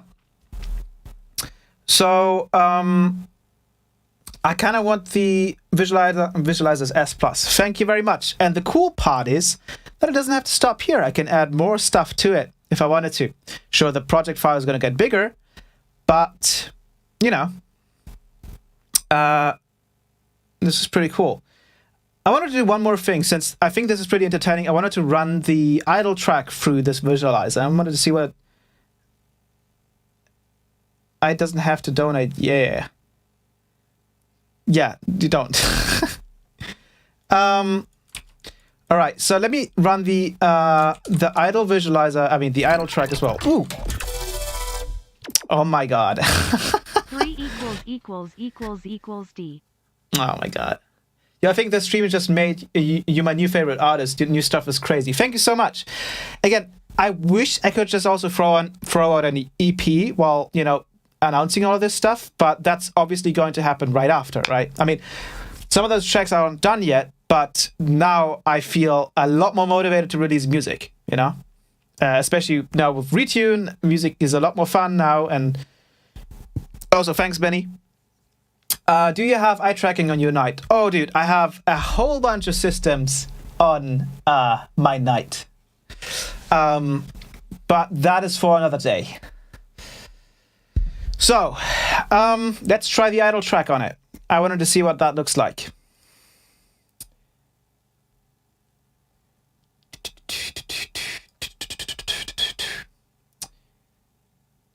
Where's it? Okay, let's go over to here and let's drag this track. So we might actually go over that track as well, honestly, but I might do that in the exclusive live streams because this has some new techniques in it that are really, really cool. Oops, I just dragged in a MP4 file and Ableton crashed. I love MP4 files. Why did I drag that in? I'm so stupid.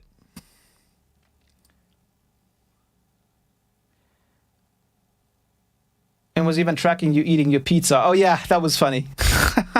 So it can even track me eating pizza. It can track me doing anything, really. It's really dope. I'm gonna have nightmares from that night face. That's funny. Let me just redo this. We need one like that, one like that. Bam. Let's get the mic in. Let's get this in. And let's go ahead and get this started. So, where are you? Stream idle tune. Let's get started.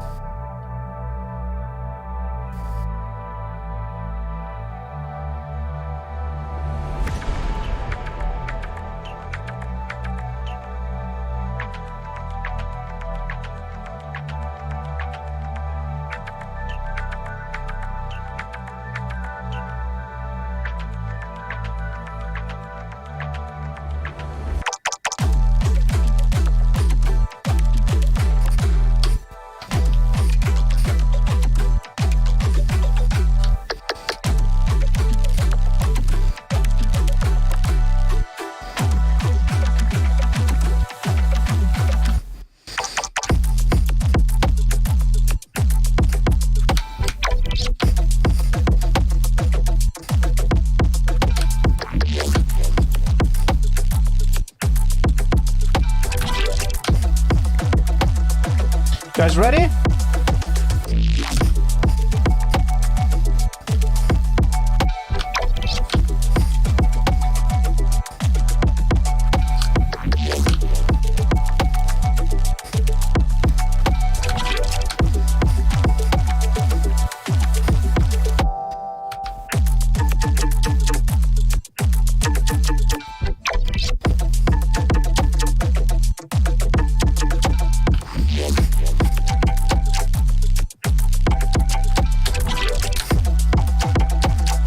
Let's switch the colors.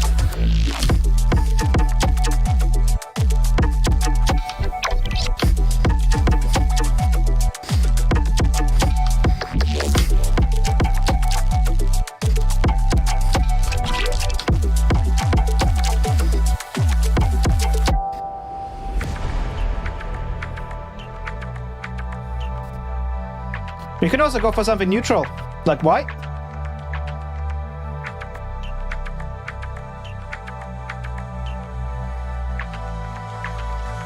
Okay, I'm talking.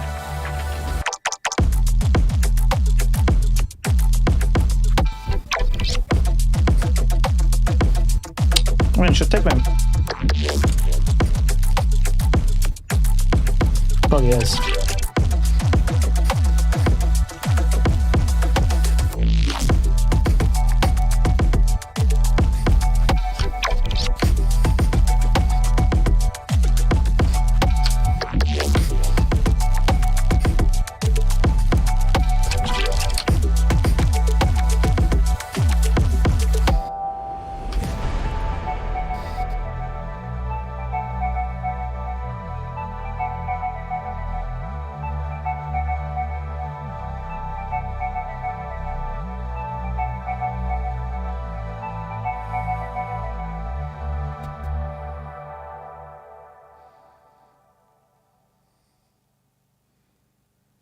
Perfect.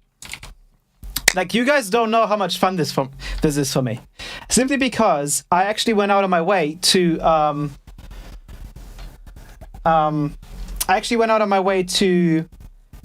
get myself like actual hardware to wait. I know why it's not working, because I'm being stupid again. There we go. I actually got myself hardware where I can just basically control this thing. So it's like I've got like 8 faders here I can play around with, and I can just do visuals on the fly in 60 FPS, 1440p on YouTube in real time, and it can be your music.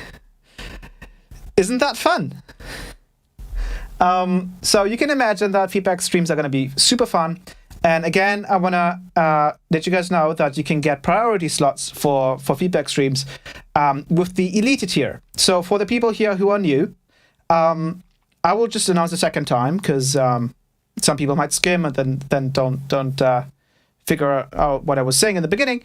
But I started a Patreon actually a couple of days ago. It was supposed to take a couple of days before it was actually going to be verified, but it was like immediately verified, so it was already out, but no one knew, so that was good. Anyways, I have a Patreon where I'm going to be hosting exclusive live streams, Blender live streams. I'm going to be throwing up sample packs, Ableton racks, and even lessons. So what I'm going to do is, I think there's a bunch of new people in here. And I'm going to play the Patreon video for you guys, which I'm also going to upload on YouTube. I think right after the stream, probably. Or like maybe tomorrow. It depends. So let me get the video up so you can see what's in store. Alrighty. You guys can hear me, right? I'm not muted. Okay, good. But now I'm going to mute myself, because I'm going to shush. I want to shush. Actually, I'm not going to mute myself. Never mind.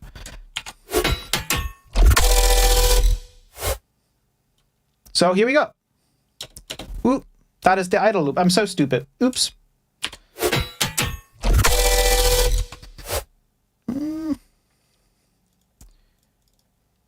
I have like a million assets on my PC right now. It's really difficult to navigate in this mess. But we should be fine now.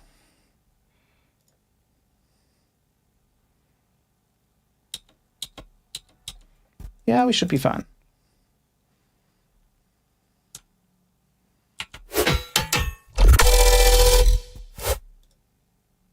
So here we go.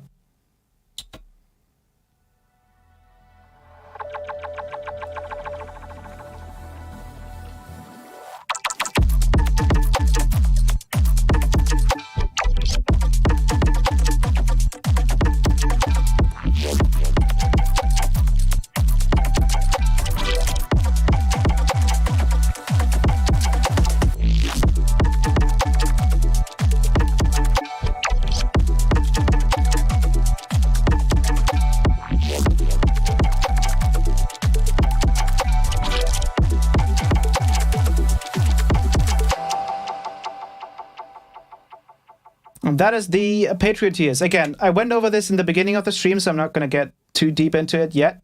But, ooh.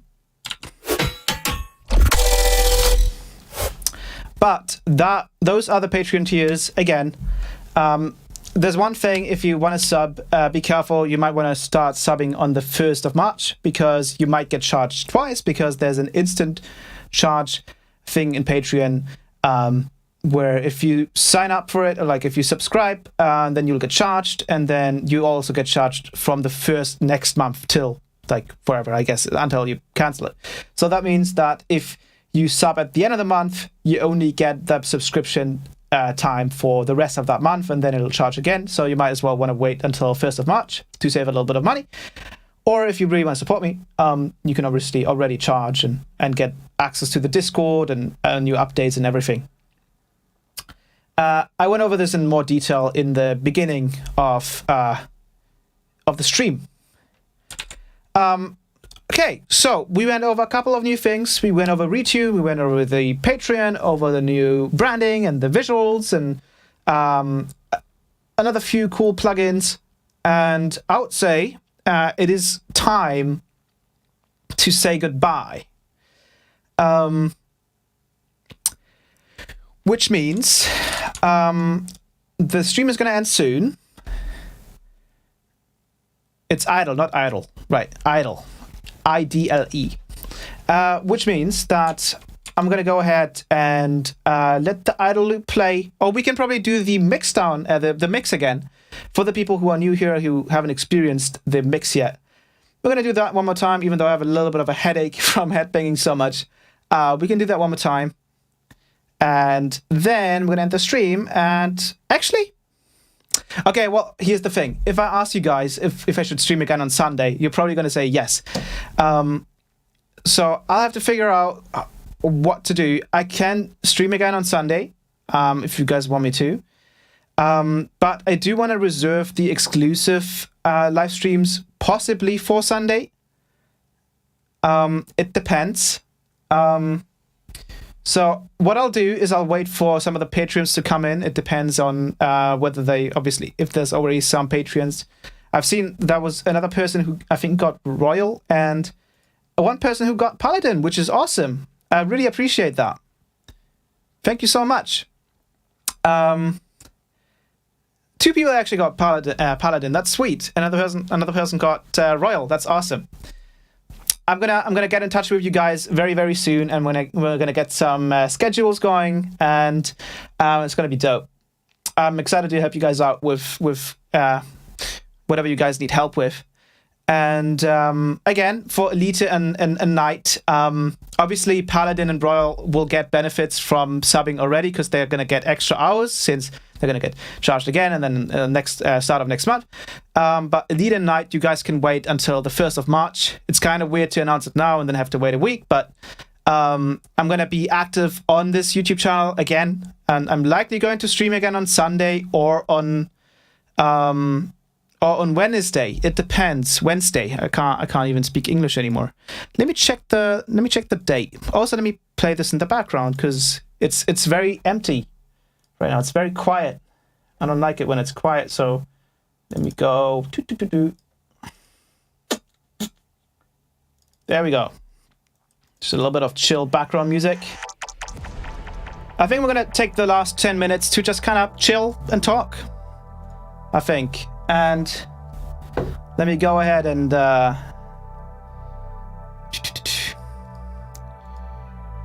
figure things out for you guys. So Tuesday is the 1st. So we could host the exclusive live stream on Wednesday. And we can do another live stream this Sunday if you guys are down. We can do that. We can do a feedback stream this Sunday. Are you guys down? Do you guys want this visualizer stuff to react to your music? Is that something you're interested in?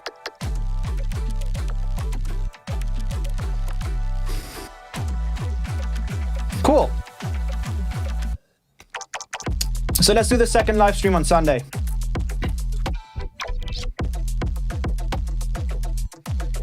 Okay, I'm going to work on this song I want you to give feedback on. Sweet. So again, you guys can sub to my Discord. I think if you go to the donation link under the video, if you go to the tipping link, you can get to the donation page, and you can actually go straight away to my Discord, which is great. So you can just go into my Discord. We're going to set up a submission channel, and then we're going to open it up on Sunday, and we're going to have a feedback stream. Not too long, of course. We're also going to be producing. We're going to be experimenting with sound design. And then on Wednesday, when we have the 1st of March... Whoa, did my fucking track just crash? What? That never happens. That was weird. Why did that happen?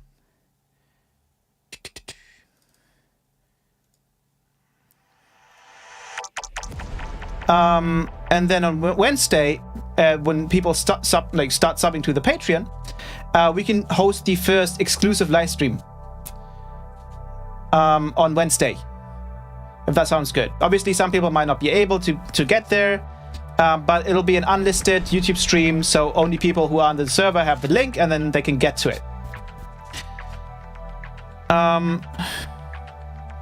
You will still do stream on YouTube for everyone besides exclusive, of course. There's actually going to be 2 public streams a week. So you get 2 live streams a week, and we're going to do 1 exclusive stream every week and 1 blended stream every 2 weeks exclusively on Patreon. That is the idea. So I'm going to go full in here.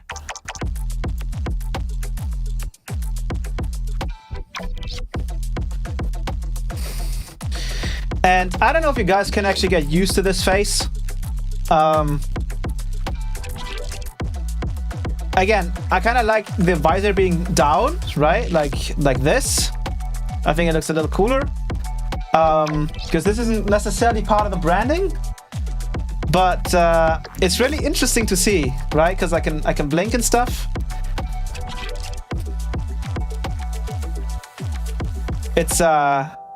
It's probably pretty uncanny, so it might be a little disturbing. That's why I have the visor down.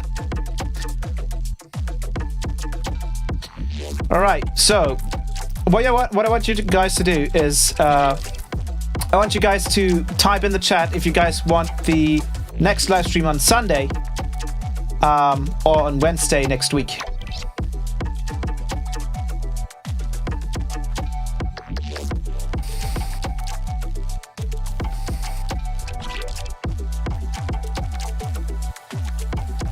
I tapped into the stream and you were smiling at me. That's funny. Let's get the hell out of me. Sunday for me. Yeah, it seems like Sundays are really good.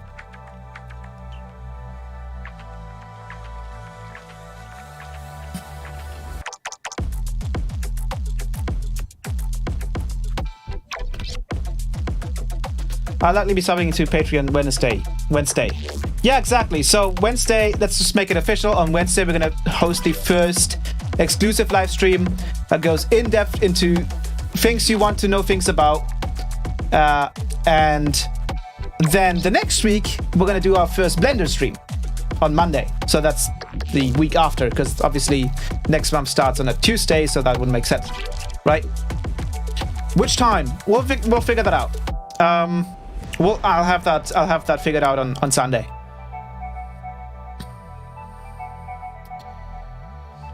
I appreciate you guys actually coming to the stream. I spent a lot of time working on this system. It's finally done. It works. It's still a little quirky here and there. But I'm so glad that it worked out. And I hope you guys are enjoying it as much as I am.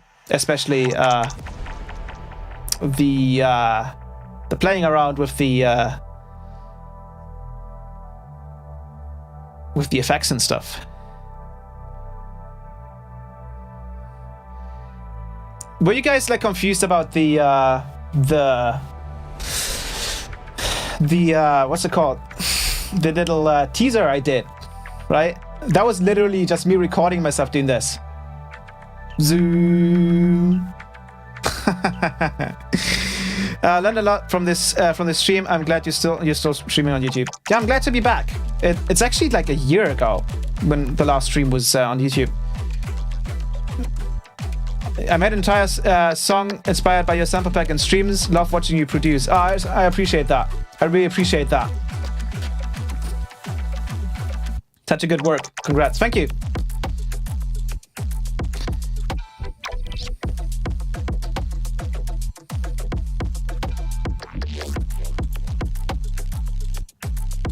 All right, I would say we do the mix one more time,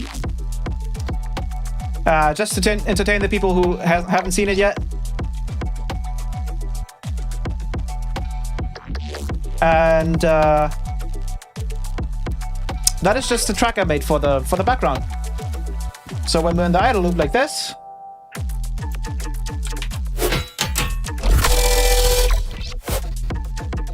That's what it's for.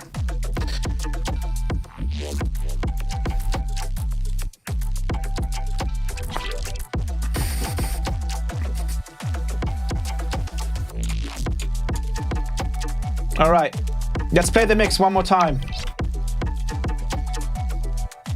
And then we'll head off.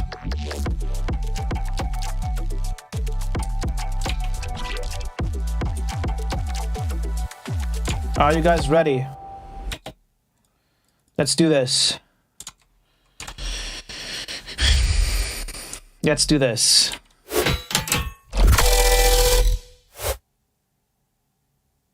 I first thought you are going to release some 3D artwork for EP, but when you started the stream, I saw the tracking. Yeah. Quite a surprise, isn't it? Release this tune, please. I might do that. I might do that. I might throw it into the Patreon channels as well for you guys to listen to. Let's go ahead and play this mix one more time for the people who haven't seen what is new on these live streams, and especially for feedback live streams, you're going to love this, okay? Are you guys ready? Let's do this.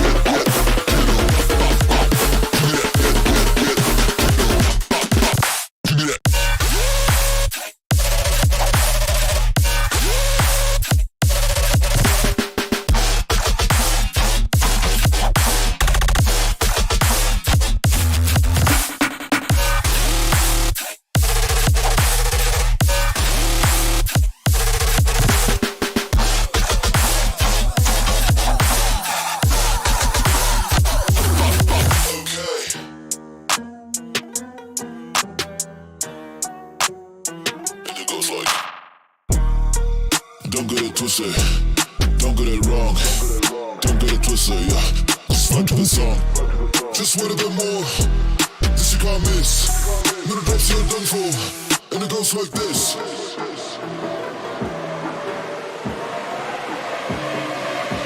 And it goes like this.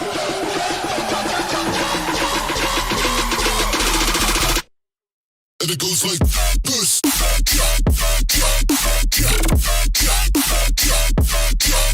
And like this.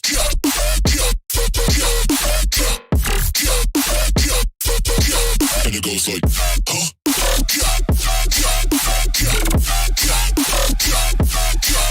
And like this.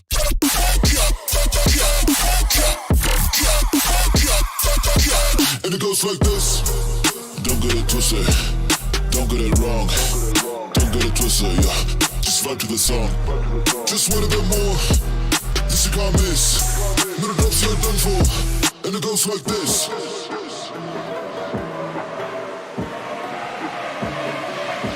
And it goes like this.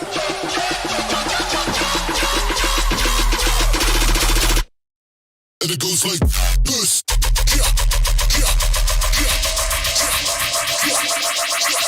And like this.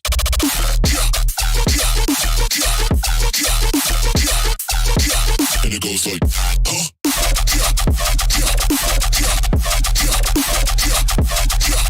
And like this.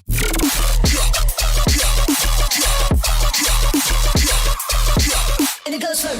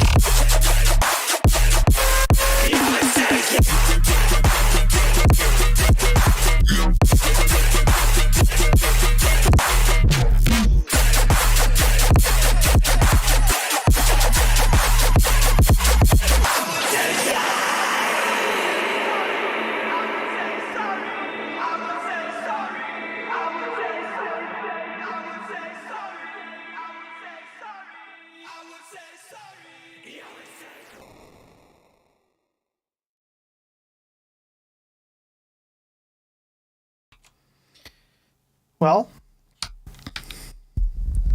and there we go. That was the same mini mix again. Again, having fun with it, right? I think the more I do this, the better I'll get at like figuring out when to switch certain things and do cool little rhythms with it. You're so ready for the Cyber Records. This is amazing. Will you be using this for people that tracks during feedback streams? Also, another sick set of tunes here. You're so talented. Thank you very much.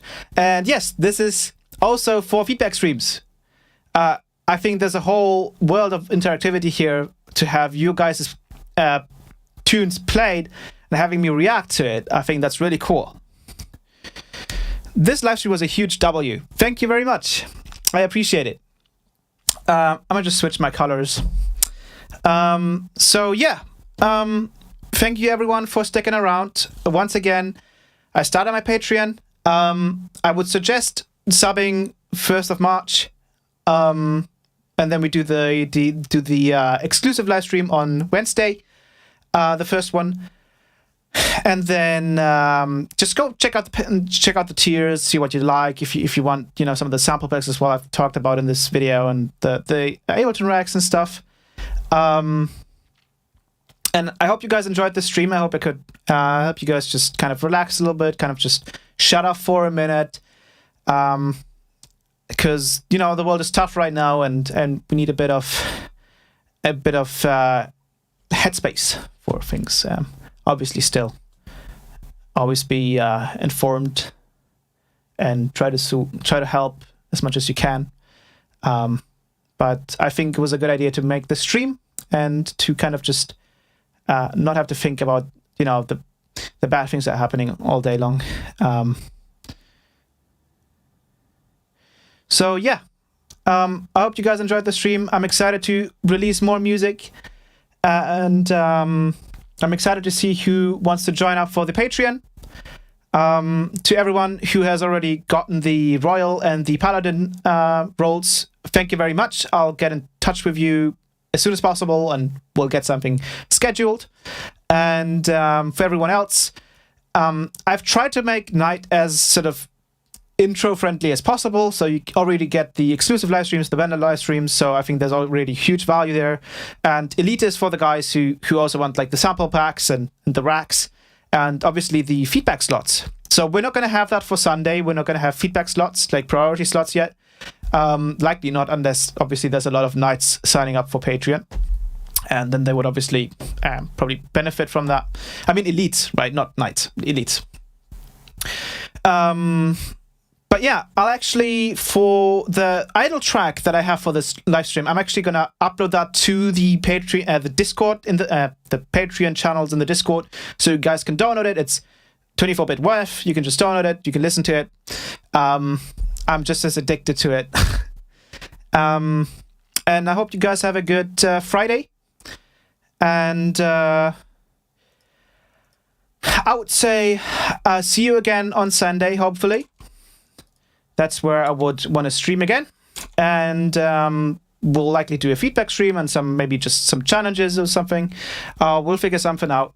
Have fun with Retune. Have fun with the Patreon. Have fun with the other plugins that I showed you. And thank you all so much for actually enjoying what I did here, because I wasn't always too sure if what I was doing here was going to be worth it. But now that I've done it, I think it is. And I hope that I can see you guys again on Sunday. So I'm going to play the idle track once more, go to the idle screen, and then I'm going to head out.